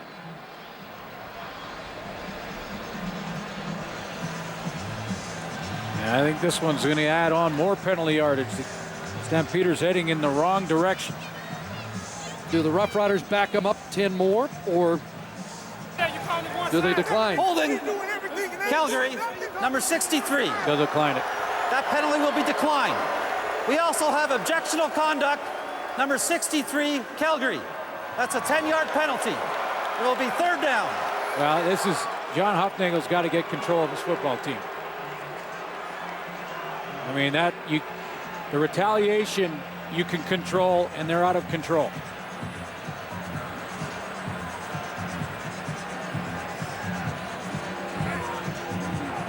So a hold, and then the unsportsmanlike for Gott. 3rd and 40.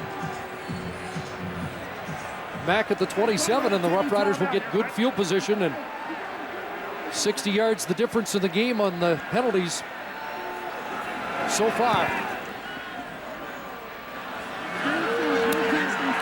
Here's Sanders, and he tripped up on the play up around the 45-yard line. Weston Dressler, the envy of the Saskatchewan Roughrider team, and not just because of his SportsCenter highlight catch here tonight. With more, Jermaine Franklin. That's right, Chris. Earlier this week, Dressler was just relaxing in his bedroom when his phone started blowing up with tweets and texts telling him that Snoop Dogg was wearing his jersey at a concert in Saskatoon. Now, Dressler said he thought that was pretty amazing, and so did his teammates. Maybe too amazing. As Darian Durant did tell Dressler that he was jealous. Dressler was happy he finally had something up on his quarterback.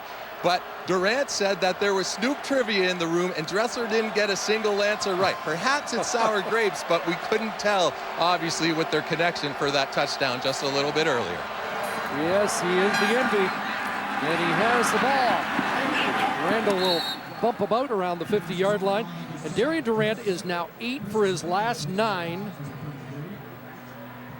2 touchdowns in that. And 93 yards. Yeah, but let's be clear on the Snoop Dogg trivia. Dressler didn't know a song.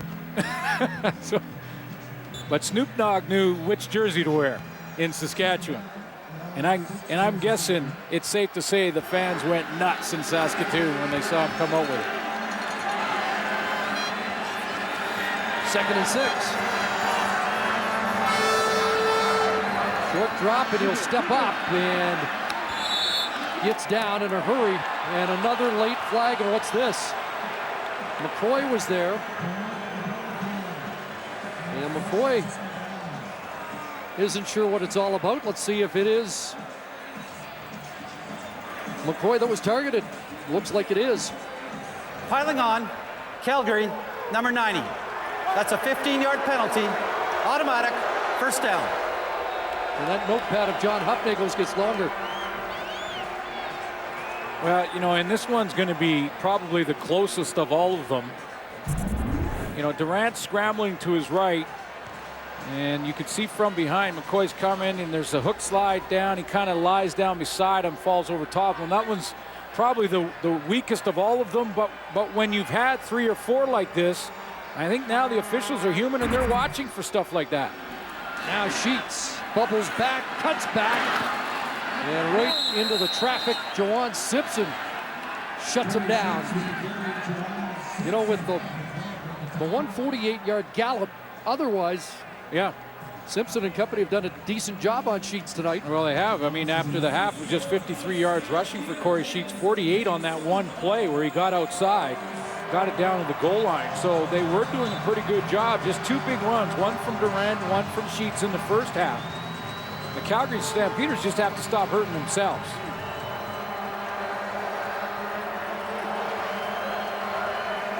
Loss of 1, 2nd, and a bunch. 6-pack of receivers for Durant. And across the middle, left from Hill has the catch. It's a first down, but I think this one's coming back on a penalty against Saskatchewan. Holding call against the Roughriders.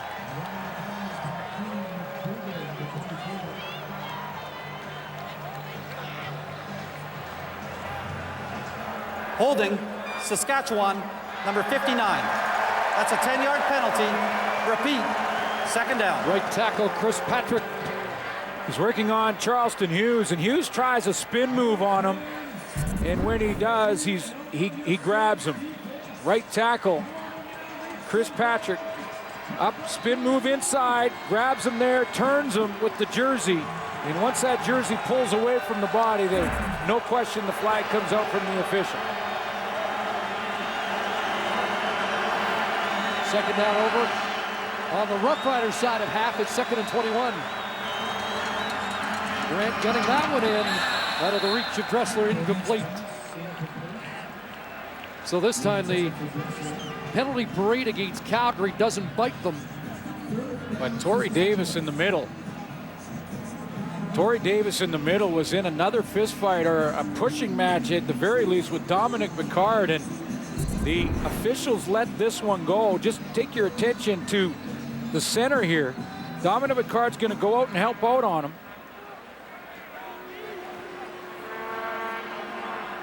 And right there, look at the punching match going back and forth. They let that one go. Line drive, one hopper to Taylor. And great downfield cover again. Flying down there was Craig Butler to disrupt that return. Johnson, who will be honored tomorrow, will be part of those tackle hunger festivities prior to the game. Down by 13, another flag. Seen a lot of nylon here in this second half, and a pass off the fingertips of Nick Lewis, and were there 2 receivers in the same spot for Calgary. Yeah, there was, and this one was offside against Saskatchewan. Offside, Saskatchewan, number 41. 5-yard penalty. Repeat, first down. Tyron Brackenridge.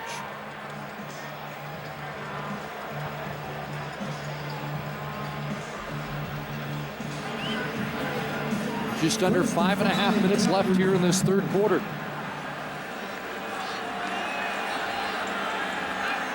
First and 5, Stampeders. Rob Cote in the offense, and he wants to lead the blocks for corners, but nothing doing off that left side.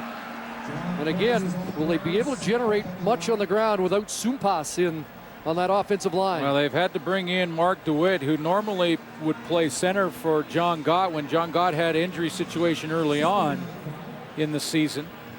It looks like DeWitt can play that right guard spot. Demetrius has been thrown out. There's Gott and DeWitt side by side with Middleton at left guard.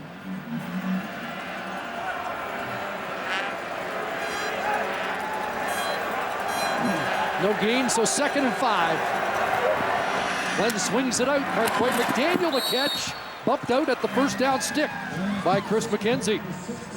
And could force Dave Dickinson calling the plays to go to a quicker passing game like we saw on that one. It was just 2nd and 5, so that play would obviously is a good call for that scenario. But whether it's 1st and 10 or 2nd and long, try and get the ball out of Kevin Glenn's hands quicker and then hope that his receivers can make the plays in the open field.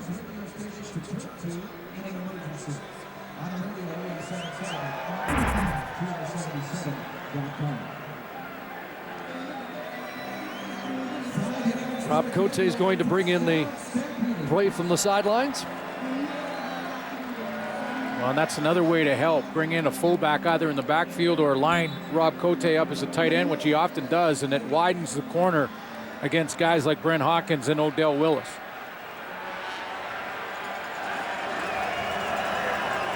So first down at the 25. Roll to the right side, and another catch for McDaniel. And another first down across the 35. 5th catch of the game. One thing about Kevin Glenn and his adjustment to the Calgary offense, he has been a former teammate of 4 different Calgary receivers. McDaniel and Bauman in Hamilton, Robbie Bryant and R.J. Franklin in Winnipeg. Should be some chemistry there. Just quickly show you that reason you bring in a tight end. Makes it a little tougher for Odell Willis to track him down from the backside. Longer way to go. 11 for McDaniel. And another quick one. Corners drops the ball. Ruled incomplete. John Cornish just doesn't look on his game, does he? Well, you know, he did in that first week, but he played because LaMarcus Coker was a healthy scratch that week, so he played every rep. And you know, most running backs will tell you that it's in the second half late, once they played the entire game, that they really feel like they're getting in their groove. And when he's been rotating now with LaMarcus Coker, you're right, it just doesn't seem the same. 2nd and 10.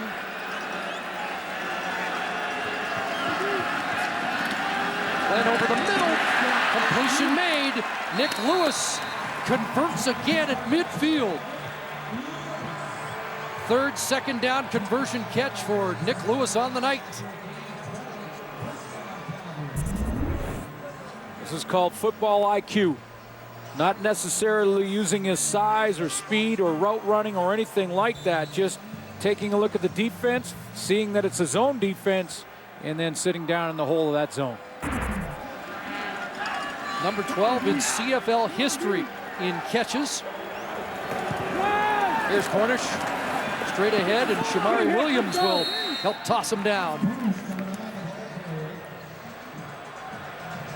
Well, they're going to have to lean on Nick Lewis big time to come back in this game. He's their money receiver. Another big game for him tonight. And usually when he's catching the ball, the chains are moving forward. We talked about that early on. A couple first down catches here tonight and a touchdown.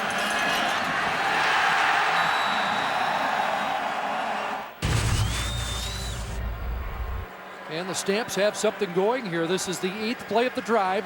They're into Rough Rider territory. 2nd and 6. Time for Glenn. And the pass complete. It's another first down catch for McDaniel. Well, I think that's his 3rd in this drive. That's the chemistry, and that's the heads-up play by Marquay McDaniel. First of all, the chemistry. Watch how he comes off the line in here. But I want to show you the top of the route and how important it is that Marquay comes back to the football. He's going to come back and take an extra step back there. That little step gets the separation on Terrell Mays he needs. That's the chemistry between Glenn and McDaniel. Fake to Cornish. Glenn to the other side. Low delivery. McDaniel off his shoe tops has the catch. Short yardage. Top receiver for Calgary and Montreal with 4 catches and 85 yards. And he has been active again tonight, winning the starting job in week 2 after Landon Talley started the year. Well, coming into this week 2, he had the second best average in the top 10 of the receivers listed in the stats for the CFL. Best average was Brian Bratton in Montreal, but McDaniel had that 18.4 yard average coming in, which means he's getting the ball deep too. Stamps trying to keep this drive alive. Kevin Glenn downfield, wanted Bryant, and overshoots the intended target. Well, Bryant is not one to complain or make a fuss whether he's touched or pushed or grabbed at all. I thought that Nick Graham might have got away with one here. I thought there was a little grab and tug at the top of this route. Little inside cut. He's okay so far, no penalty there. I thought that right there might draw a flag as it turned the shoulder of Romby Bryant, but a penalty flag on the field, and Bryant did not argue. So Rene Paredes will come on. It'll be a 44-yard attempt. And El Matador nails that. And now a 10-point game.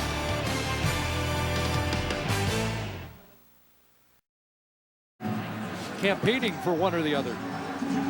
Good shot of the Riders' first-round draft pick this year, Ben Heenan. Chris Best injury. He's learning curve steepened in a hurry. 4th game start for the #1 pick in the draft. See if he can spring Corey Sheets here. Cut back into heavy traffic. Bulky there, McCoy and Davis on the final play of the 3rd quarter. Calgary getting within 10 through 45 minutes at McMahon.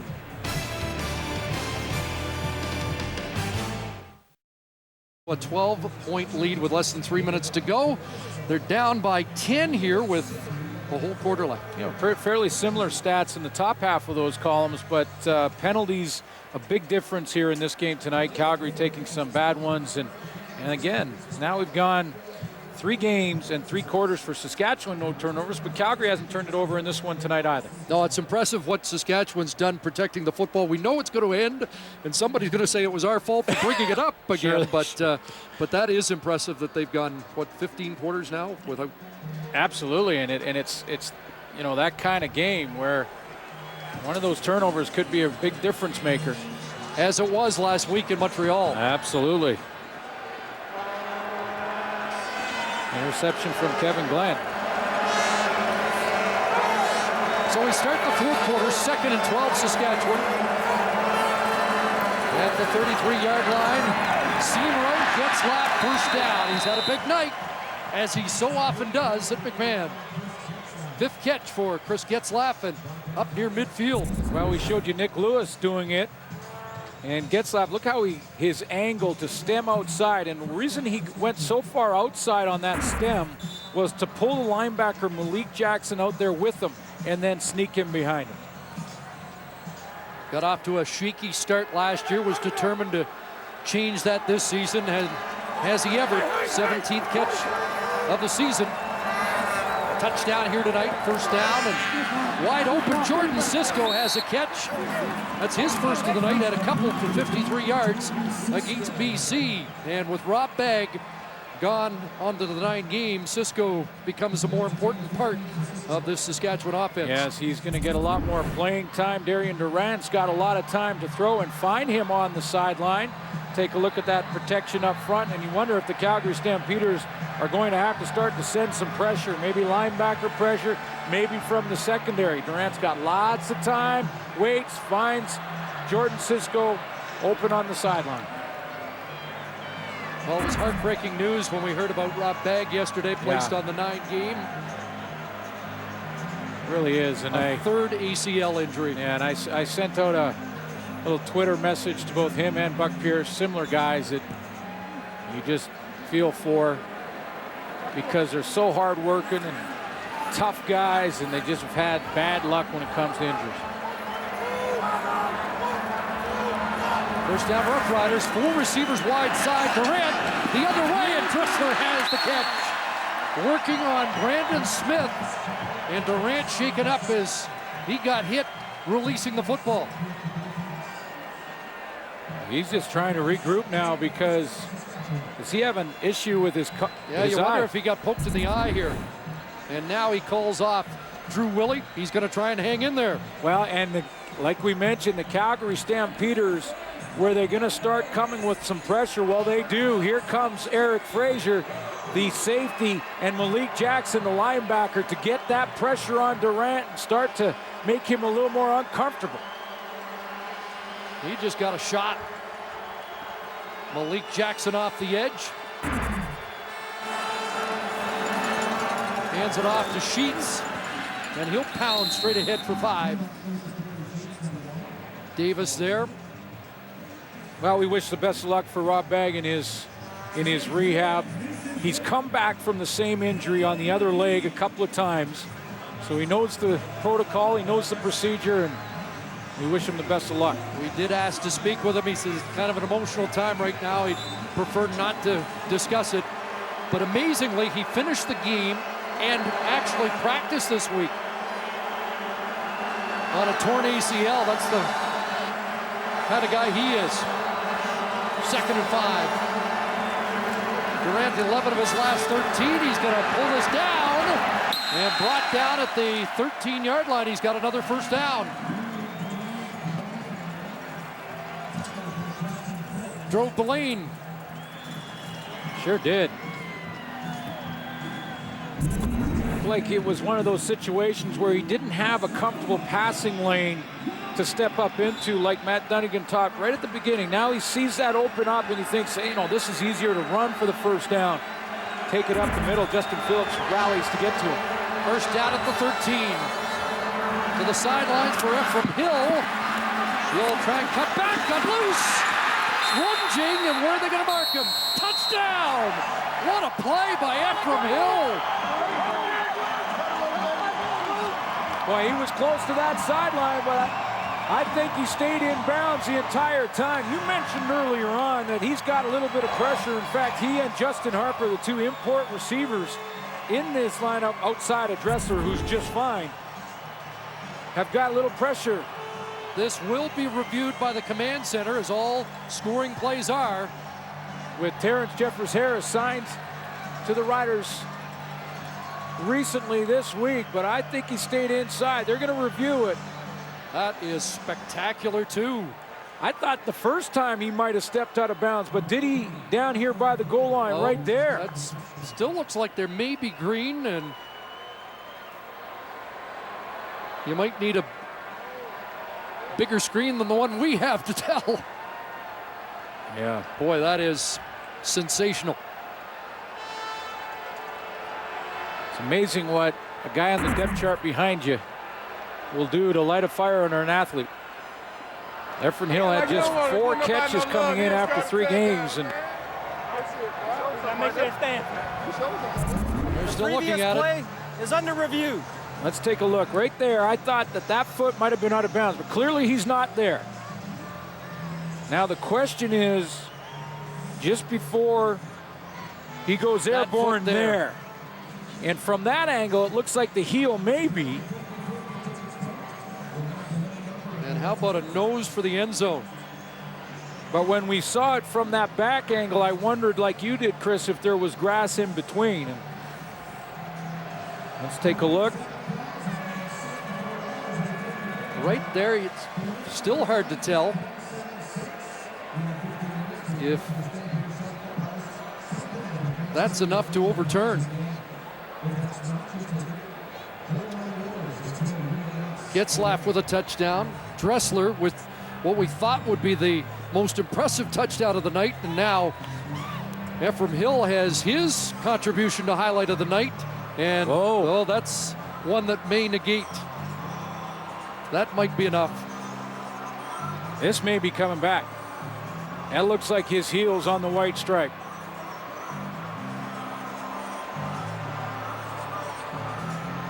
It twists inside. Well, this is a close one. Is it ever? But if his heel is on the turf there and not in the air, like right there.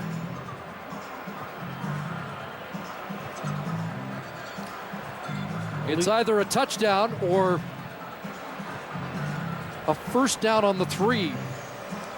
Well, it might even be 2nd and inches on the 3.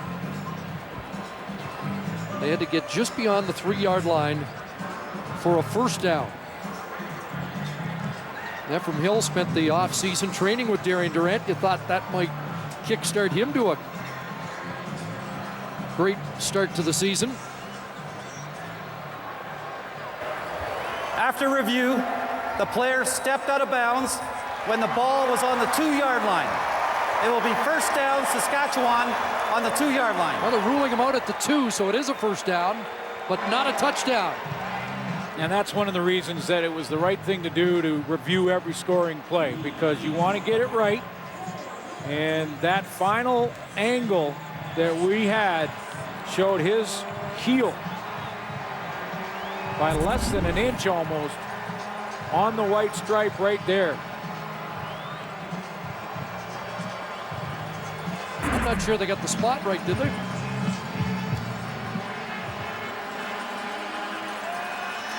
I thought it was on the 3 that he put. Should have been on the 3, which might have been better for the Roughriders because it would have been 2nd and inches and given them an extra play, but Corey Sheets wants to make that a moot point. He is stopped at the 1. Fred Bennett prevents a touchdown. Now gives the Calgary defense a chance, and Fred Bennett does it on first down, and the reason he gets the stop is because he twists Corey Sheets when he makes contact. Allows the Roughriders to take a little more time off the clock. And Sheets runs into the back of his receiver, Justin Harper.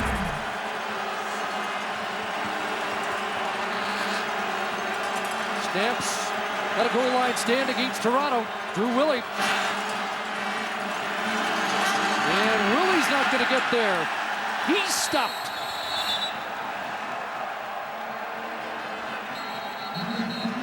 That comes down to 1 down. Now will Corey Chamberlain kick a field goal here on 3rd down? You know, I'm just going to say for the record, I'm not a big fan on the goal line of emptying the backfield and basically telling the defensive front that you're going to go quarterback sneak.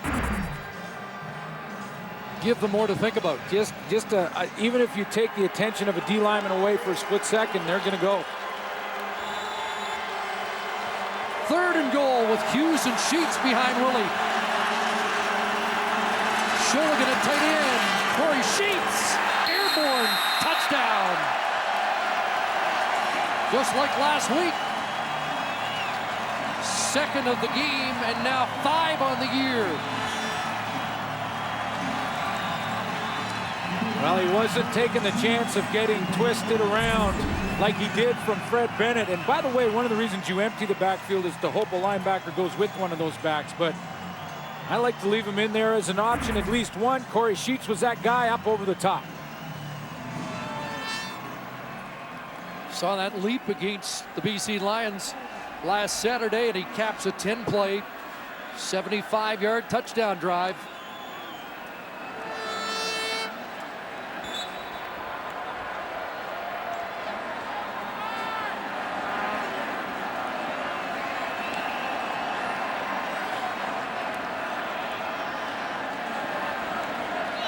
Milo to make it a 3-score game. 17-point lead with 9.5 minutes left.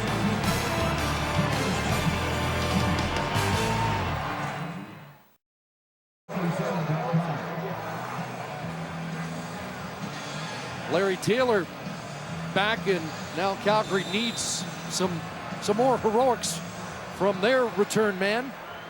Well, they pushed Toronto when Larry Taylor got involved. See if he can do it again.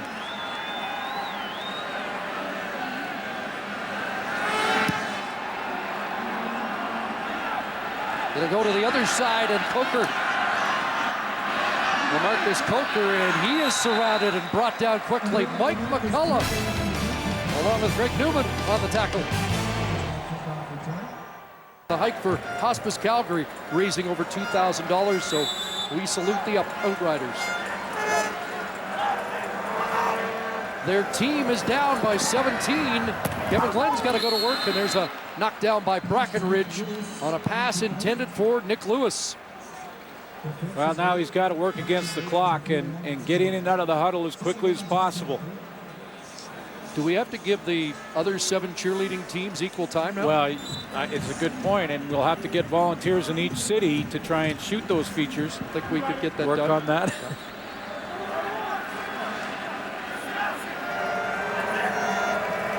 Second and 10 for Kevin Glenn. Pressure on, but he stood in, and there's another drop for Cornish. Abraham Chroma was right in his hip pocket. But I'm with you, Chris. It's not the same John Cornish we saw in week 1. I mean, whether or not he gets the first down, I mean, this is catchable. It's right in his hands. Wasn't like Kevin Glenn put a fastball in there. And you never know whether, you know, a John Cornish right on his game could break a tackle. We've got him with 3 drops on the night.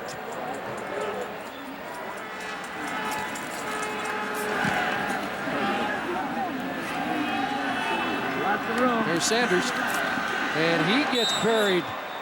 Great downfield cover by LaMarcus Coker. No return.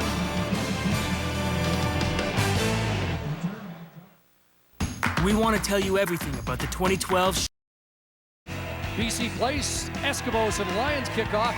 Live coverage gets underway 9:30 Eastern, 6:30 Pacific on TSN Mobile TV. Can't wait for the matchup, that BC offense against Edmonton D.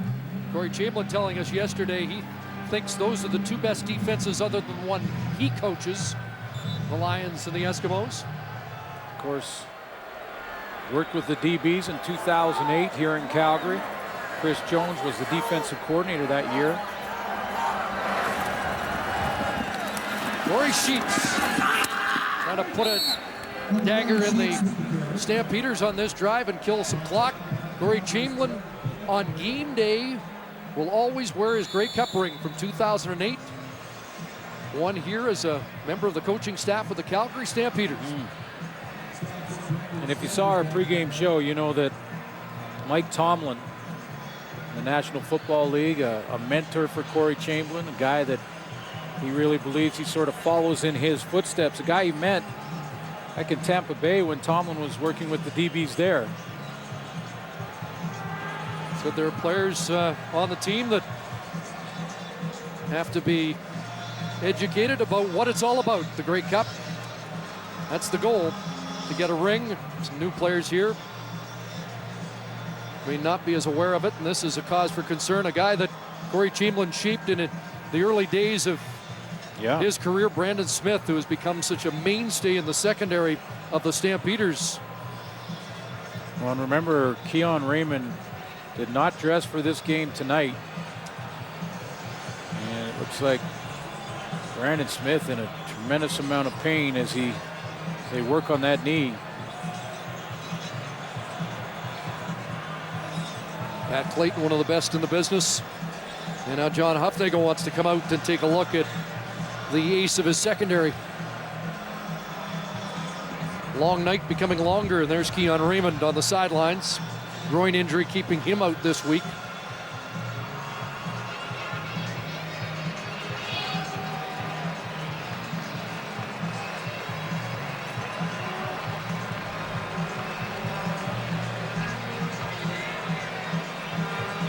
Brandon Smith injured, just throwing his body in there on run support on that last Corey Sheets run. You're going to see him to the left of your screen just dive in there. Here comes 28, fearlessly trying to cut off Corey Sheets here, and he gets caught.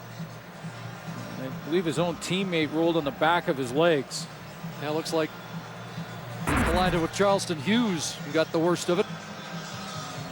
Side swipe by the defensive end.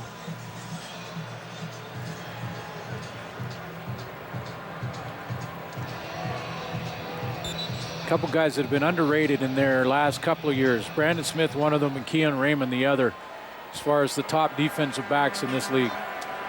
5-year man, Smith to the sidelines and getting a little weight on that leg, which is a good sign. 2nd and 6 at the 40. And Durant took a shot, but downfield for Getzlaff, incomplete. And Darian Durant really took a hit. And he is helped up by Labatt. Charleston Hughes has been a bright spot for the Calgary Stampeders in this one. And this time he's been coming around the corner a bunch and going wide on his rush. That time he gets some good push up the field and then comes underneath that.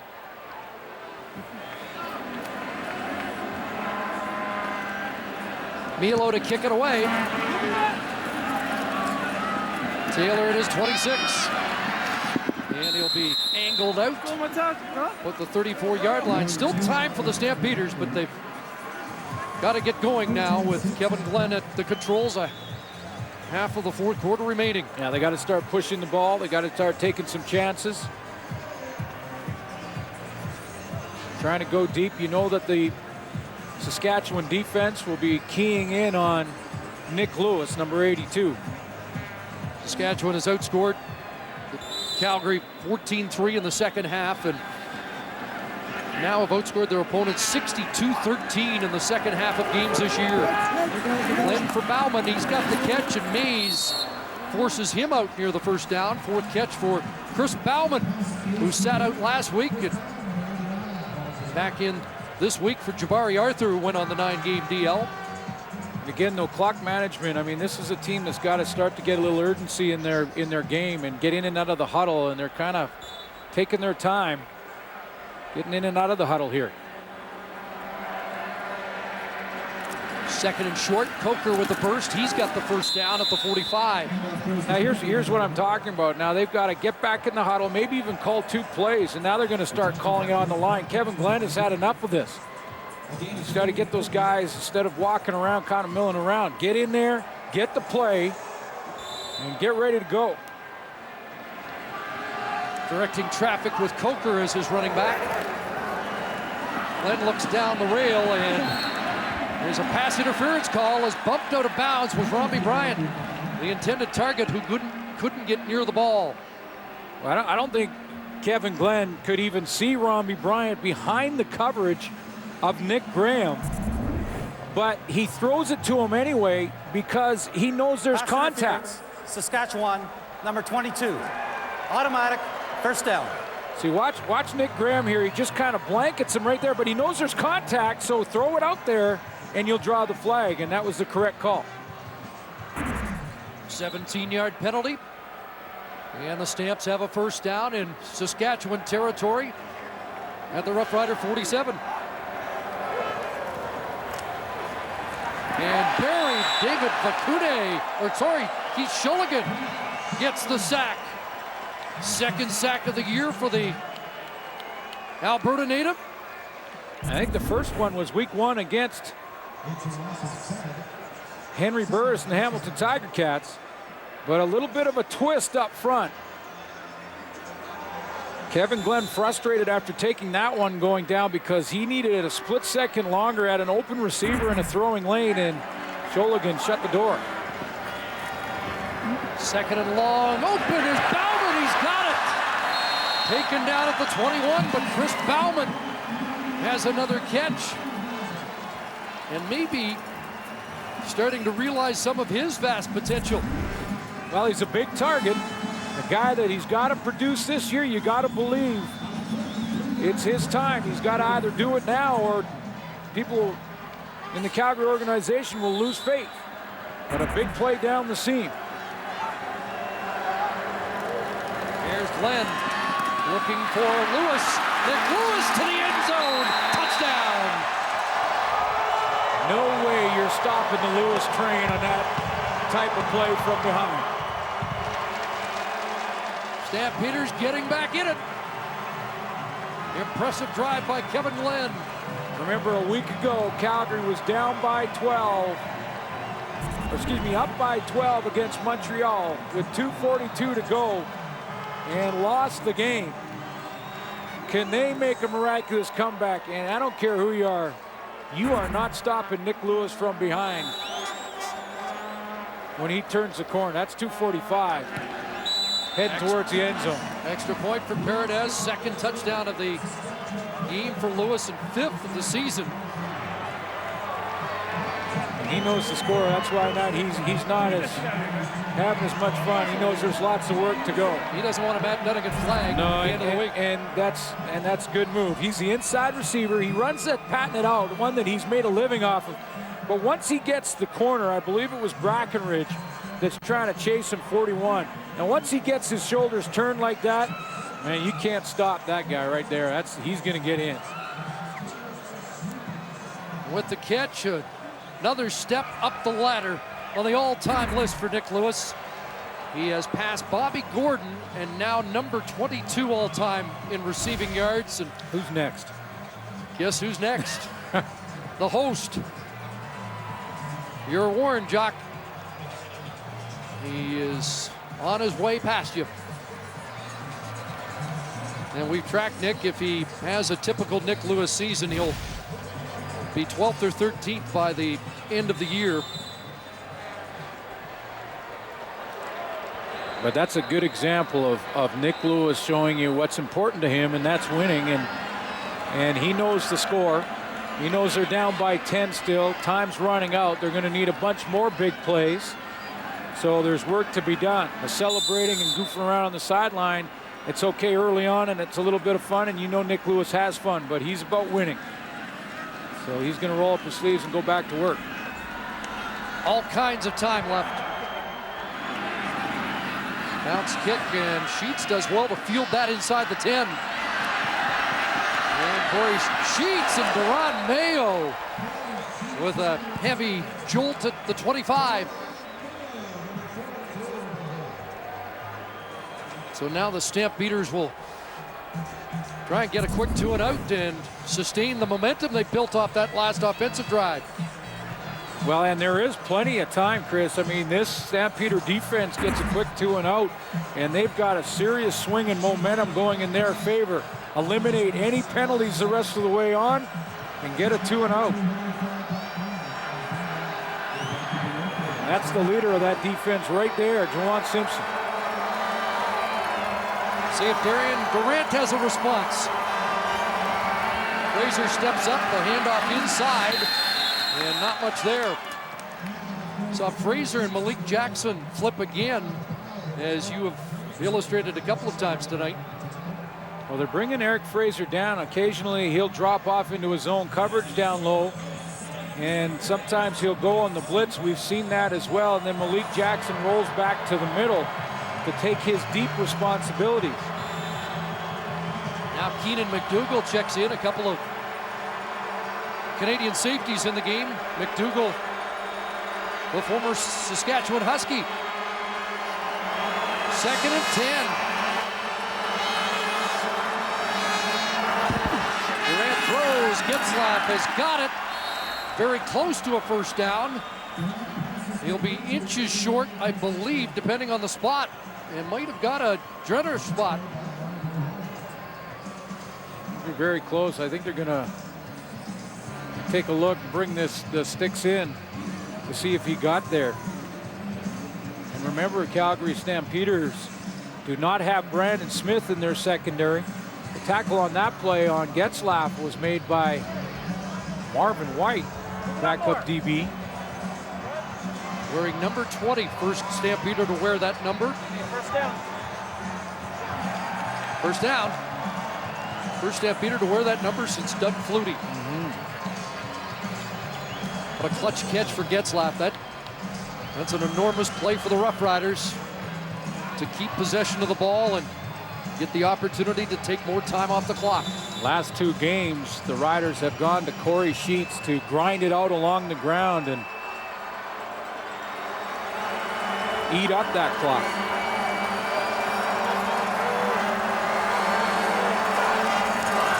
Empty the backfield here over the middle. It's intercepted. The first turnover. Malik Jackson. And maybe it's last week in reverse. Darian Durant, first interception and the first turnover of the season for the Saskatchewan Roughriders. Keeps Calgary very much in this game. Well, that movement we've talked about, Chris, whether it's Malik Jackson moving back to safety or bringing Eric Fraser up and putting him low, and all that movement has caused some confusion on a key moment in the game. Darian Durant throws it right to Malik Jackson, does not see him. Figured he buried himself in the line of scrimmage. He drops out of there and threw it right between the 1 and the 1. No lead is safe. Kevin Glenn, Larry Taylor, touchdown!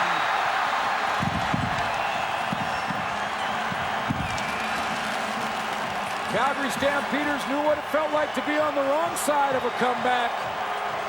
Now can they keep this up and be on the right side of one? That didn't take long.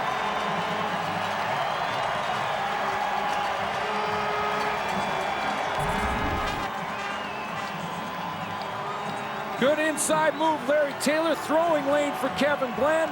Taylor does the rest. Extra point makes it a 3-point game. And still outside of 3 minutes to go. A test of the mettle of the Roughriders as they try to keep their unbeaten streak alive, but the Stampeders have life right now. Starts with the first turnover for the Saskatchewan Roughriders in 2012. And the defensive system of Eric Fraser and Malik Jackson switching back and forth sets up the turnover.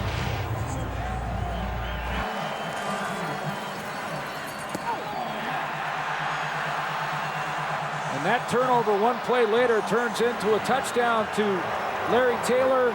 And we've got a 3-point ball game just like that.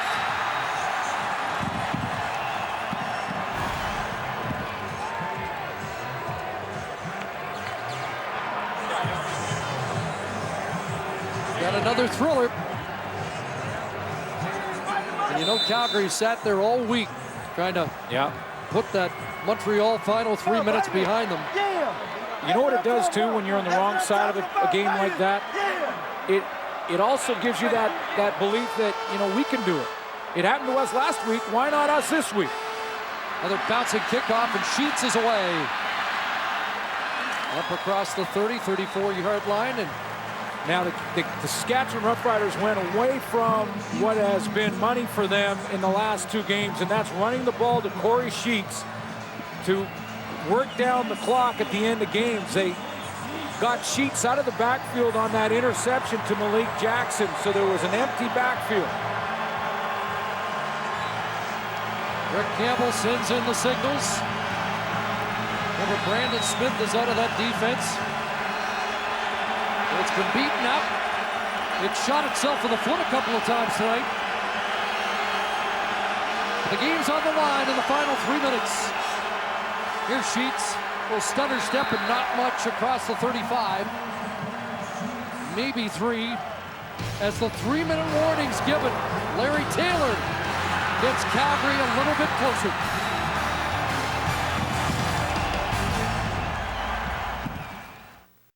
Our game story brought to you by Mr. Lube. Get top to bottom maintenance and take good care. Close game at the beginning of this one, and then it looked like the penalties were going to put Calgary in a deep, deep hole. They did, but the Stampeders have climbed out of that hole. We got a 3-point game with 2:34 and moving. 2nd and 8, Saskatchewan. Durant looking for Dressler and almost intercepted. Fred Bennett got his fingertips on that. But the Stampeders do force the 2 and out, and they'll get the ball back. This time Malik Jackson lined up in there. Remember, he dropped back and was that guy who got the interception in coverage.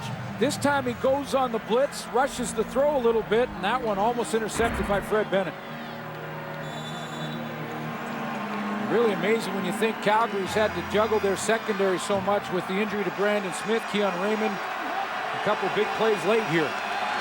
And on offense, they lose Dimitri Supas. And rallying here from 17 down with 9.5 minutes to go within 3. Larry Taylor trying to bust through. And he dropped the ball, I believe, whistle and gone. And the officials quickly say it's Calgary football. Now let's take a quick replay look at this. Saskatchewan felt that it was loose before Taylor went down. Now the coaches can't challenge inside of 3 minutes. But this will be reviewed. And the Roughriders may have a case here. And it is going to be reviewed. And this could be Saskatchewan football if it is. The previous play is under review. First turnover of the game was the interception thrown by Darian Durant, and now has Calgary given it back. Well, it's very close. It was a matter as to whether or not Larry Taylor's knee, his right knee, is on the ground before the ball comes out.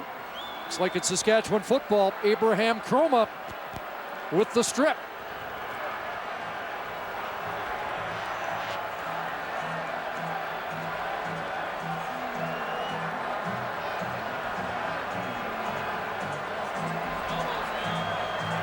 That is close.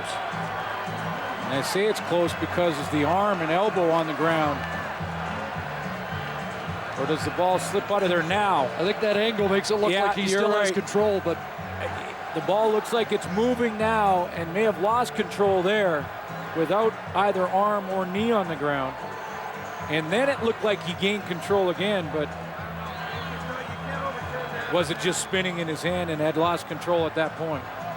Different angle. Is it out or not?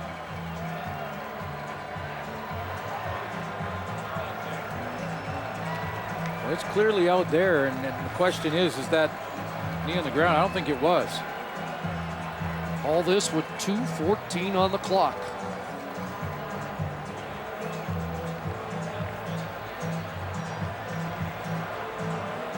Try and zoom that in a little bit more and see if that knee, I don't think that knee's on the ground there.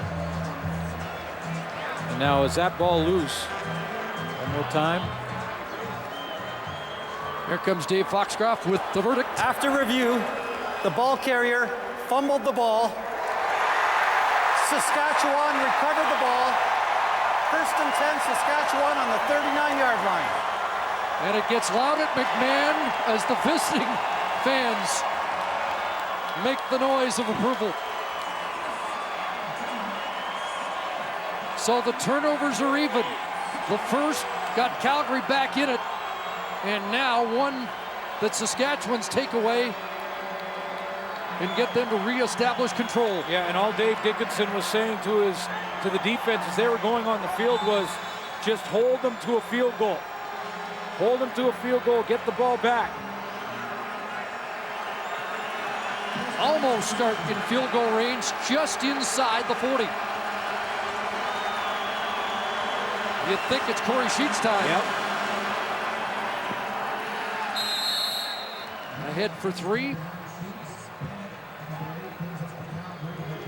Boy, he did his best work last week against BC, 76 yards, but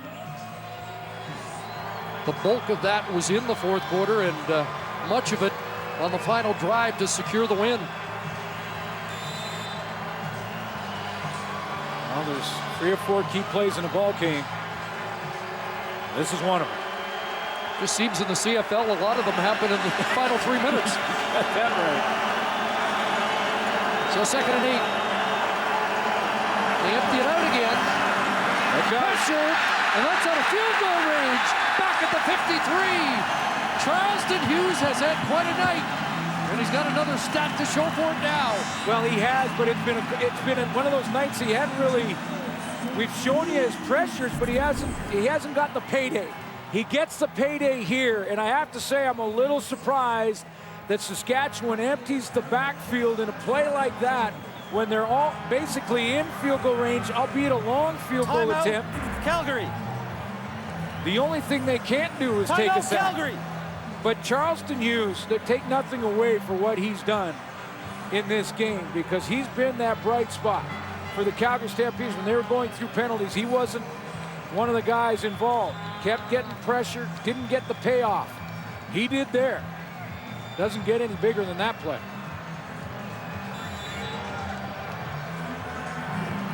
So he takes them out of field goal range, and now Milo will try to pin the Stamps, make it a longer field. To this near side, and it'll bounce. It does bounce out before going out of bounds, so it hit the turf at about the 17, so a great job by Milo. And now 100 seconds on the clock. The Stampeders within 3. And Kevin Glenn has a chance to make that whole week go away here, because 140 is plenty of time. And he heard nothing but questions all week long about the one throw, the one bad throw he made in Montreal. He's got 140 to make that all go away, so they're asking different types of questions this week. 12-year veteran goes to work. Wide side. Johnny Forzani a catch. Tristan Jackson there. Wants to hold him in bounds and will.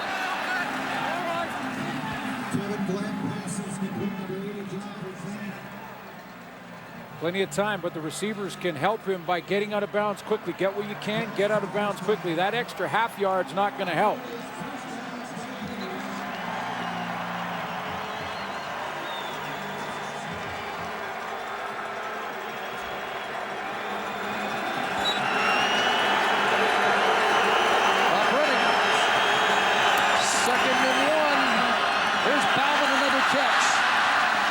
First down for Chris Bauman, who now has as many catches as all last year with the Edmonton Eskimos. And that's clutch because it was a blitz pickup. You're going to see from the left of your screen, Tyrone Brackenridge coming on the blitz. Kevin Glenn recognizes it, and the hot man was Bauman. Turns, creates a target, and they keep the ball moving.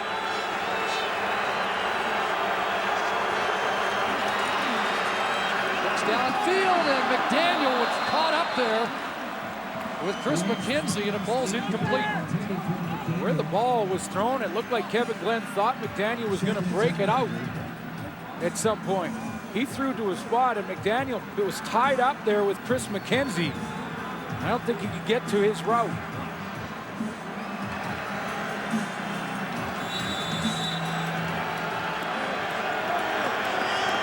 Kevin Glenn over 300 yards in the game, but has to continue to move the chain. 2nd and 10. And he's got Nick Lewis. And Lewis a hurdle! First down! Vintage Nick Lewis to keep Calgary in this game. He pushes to the flat, one-on-one on Tyrone Brackenridge. That's been the matchup all game long, and Brackenridge gets caught up. Watch to the right of your screen. He can't get through that bit of a pick set, and then the hurdle by Lewis, and they're about a 1.5 down away from field goal range here. Saw that once in the preseason. Going to come at a better time than that. About 15 yards from field goal range. Might be thinking about more. Crosser, Robbie Bryant. And his first catch has him in field goal range. Stops the clock at the 23. Still 55 seconds left. And Kevin Glenn hung in there and waited. Took a huge hit to get that one out of there. He had to wait for Robbie Bryant to come in. It's Brent Hawkins off the edge. And he has to wait for Bryant, so he hangs in there, waits, throws it, knows he's going to take a hit. And he has not got up yet. So Bo Levi Mitchell will have to come in. He warms on the sidelines. Boy, I tell you what, if Calgary wins this football game, he goes from GOAT to hero on that play alone, as Kevin Glenn had to hang in there to hit the crossing route. And we could be watching Kevin Glenn's CFL career in the space of 2 weeks, because he has this ability. And yet we've seen the disappointment as well. But he talked about letting it go and moving on, and he has the Stampeders in field goal range at worst right now with that throw. We've seen these two teams go to overtime at McMahon in in the past. Will it be on the foot of Paredes to tie it, or can Bo Levi Mitchell cap the drive? Well, here's the reason that Glenn had to wait, because Robbie Bryant has to get through the linebacking core. So he's waiting to kind of weave his way through there, get to the other side. Now he's got running room. But the quarterback's got to wait for that to happen, and he takes the hit from Brent Hawkins. And the competitor in him says, wait. He knows he's going to take it. And it goes down. Woozy wants to see if it was caught up there okay. And he's going to have to go out for 3 plays. So it's the rookie, Bo Levi Mitchell, out of Eastern Washington, who had a couple of touchdown sneaks in the game in Montreal. Remember, he didn't keep the touchdown or the ball. Yeah. Said he was waiting for his first touchdown pass.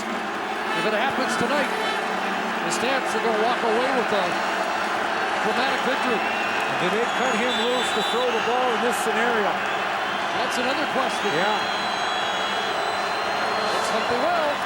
And it's complete. Bauman, another catch.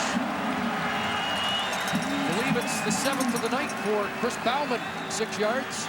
Well, good for Chris Bauman. Looks like he's arrived. Some clutch catches, too, in this comeback. And I love it. They have the confidence in Bo Levi Mitchell. And he's a confident young man.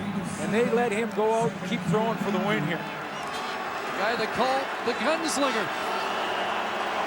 Keith Shulligan back on that Saskatchewan front 4. Hand off to Cornish. And John Cornish lunges ahead after first contact and has the first down. Good balance with the offhand for John Cornish. Good running backs will do this, and this is why you practice it all the time, every day in practice with that drill where you're running and you put the hand down, then you switch the ball, put the other hand. For this moment, key first down, gets Bo Levi Mitchell another set of downs with that balance with the offhand. Cote in, Bauman out. 1st and 10. Short drop, end zone. Porzani can't hold on. Perfect throw. Perfect throw from Bo Levi Mitchell. And he'll rally the troops again, but this is the throw behind. And he wants to put it on the back shoulder of Porzani and give him a chance. And how good was that? That hit his back shoulder. Bam, right off that back shoulder, and it just slipped through his fingertips.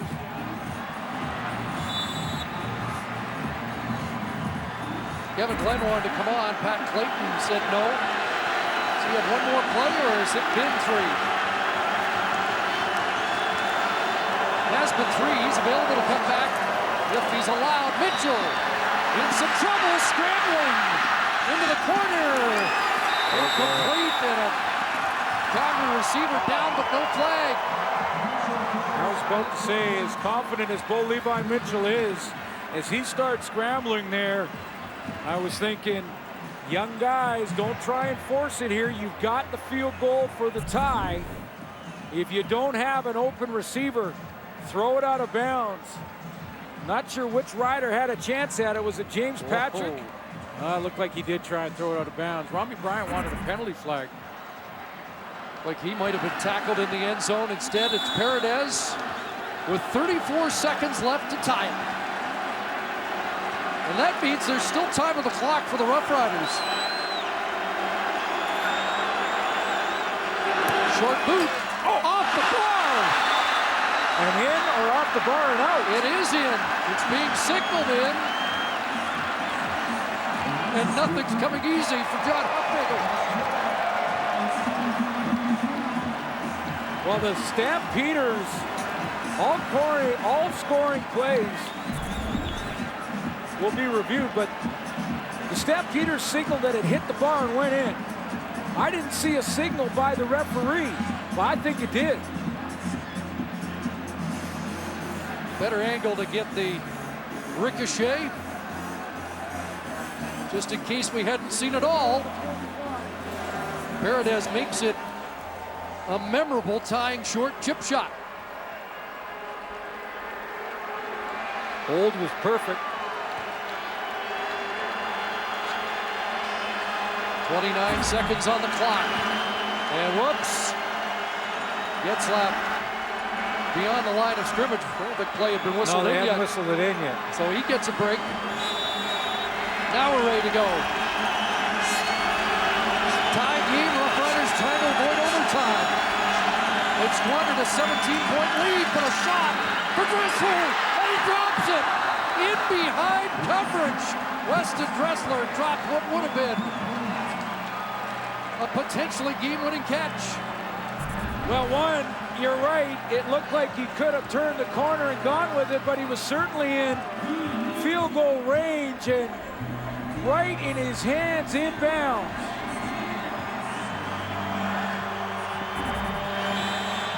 Anything else to add to the drama? 24 seconds left, 2nd and 10.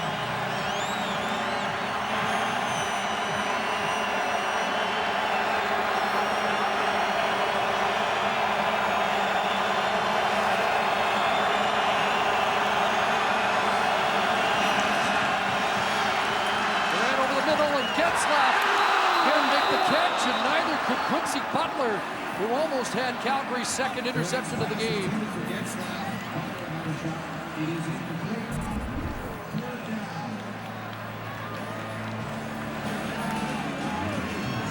Went to his top 2 targets, and that one through the hands of Getzlaf.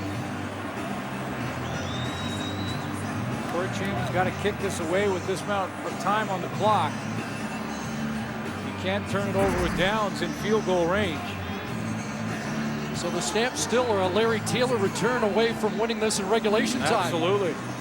And they're at a point in the field where you can't kick it out of bounds or it's a penalty. Conferring on the sidelines to make sure everything's clear, and looks like it's Bo Levi Mitchell's game to win now. Jermaine Franklin reporting that Glenn wanted to go in after the 3rd play, and Pat Clayton held him back.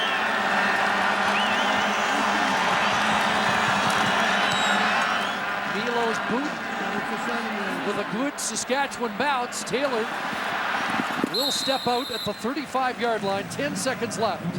Time for one offensive play. A similar play to the one that Dressler dropped on the sideline. And Kevin Glenn is going to come back in the game.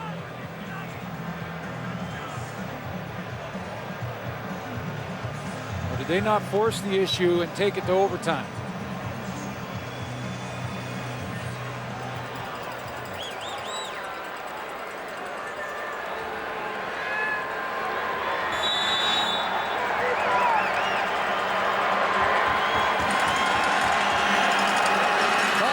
Cornish spilled at the 40. Take it to overtime. Never dull when these two teams meet, is it?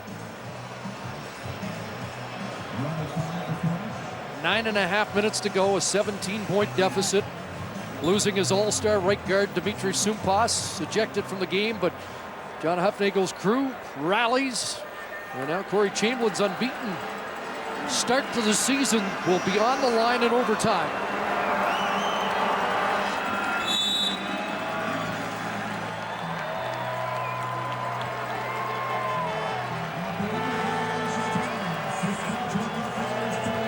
Looks like Kevin's still in some discomfort.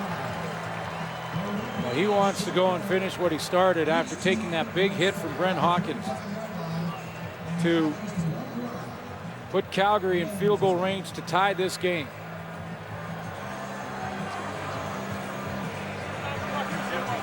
Well, let's check the overtime rules, and a reminder that after a touchdown, you have to attempt the 2-point conversion. That's right, and they'll start from the 35-yard line, 2 mini games, and whatever happens in the first game, the opposition will have to match.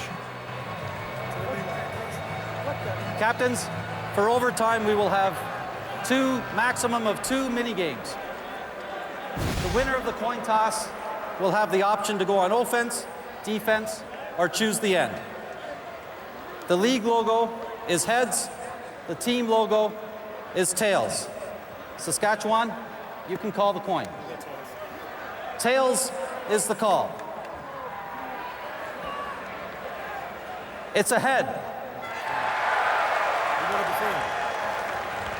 Calgary chooses to go on defense. What end would you like to start on offense from?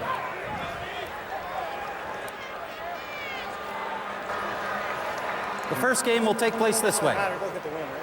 Calgary won the toss and wanted to play defense first, so they know what they had to deal with when they get the ball. Yeah, you saw Mike McCullough's reaction. The coin flip is key in overtime because Calgary will know what they need.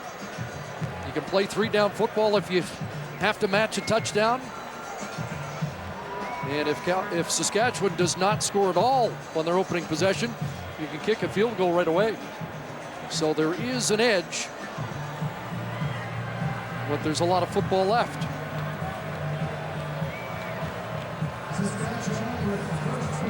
Two games into week 4 and just another barn burner in this league. It's been a great start to 2012, hasn't it? Well, just coming off the heels of last week for Calgary, they could finish this comeback.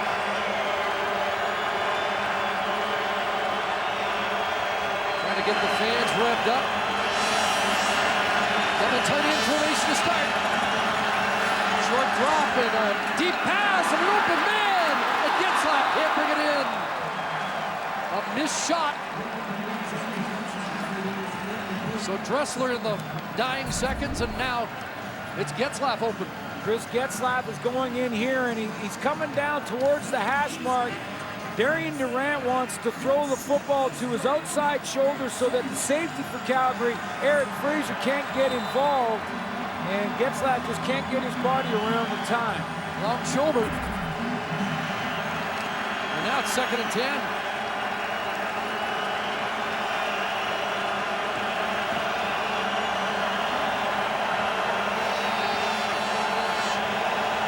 Here comes the pressure. And McCoy gets home and brings down Durant.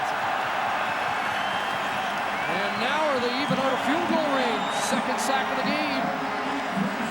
It's a long one, and they're going to give it a shot. And just to go back, remember after the Larry Taylor fumble, a sack knocked Durant out of field goal range. That's right. Might have won the football game. That was Charleston Hughes. This is McCoy. Full blitz from the Calgary Stampeders. I think Darian Durant saying all his receivers had their back because they didn't see the blitz. So Milo from 50. 48's his long.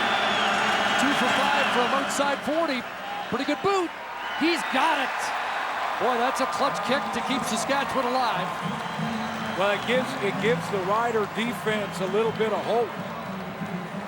I mean, now they just want to try and force Kevin Glenn and this Calgary offense into trying to match this. And you come away empty, it's just about done. Basically, yeah.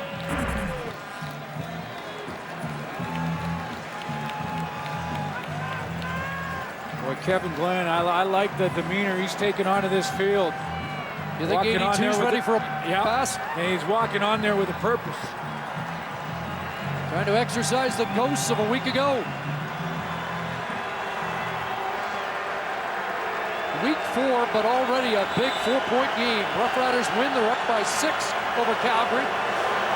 Stampeder win, they're only down by 2. Open man, Rumby Bryant.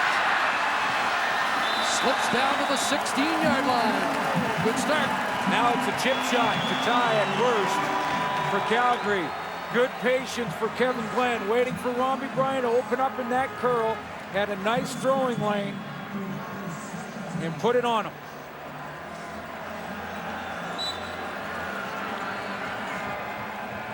Calgary just has to avoid the turnover now. That's the only way they don't at least extend it to a second round.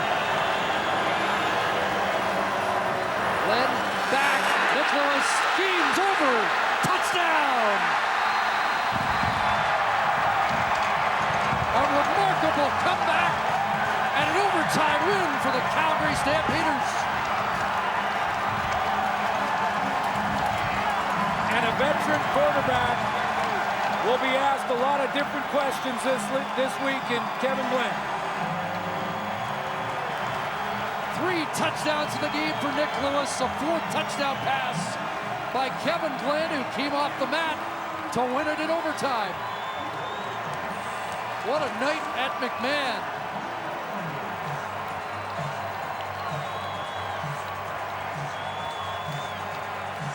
And this a play I have not seen where Glenn rolls all the way to his right and throws it back against the flow to Nick Lewis. It looked like Dave Dickinson may have been holding this one back for the right opportunity to run it. And what a perfect time, because as we mentioned earlier, once 82 turns his shoulders, you can put the 6 points on the board.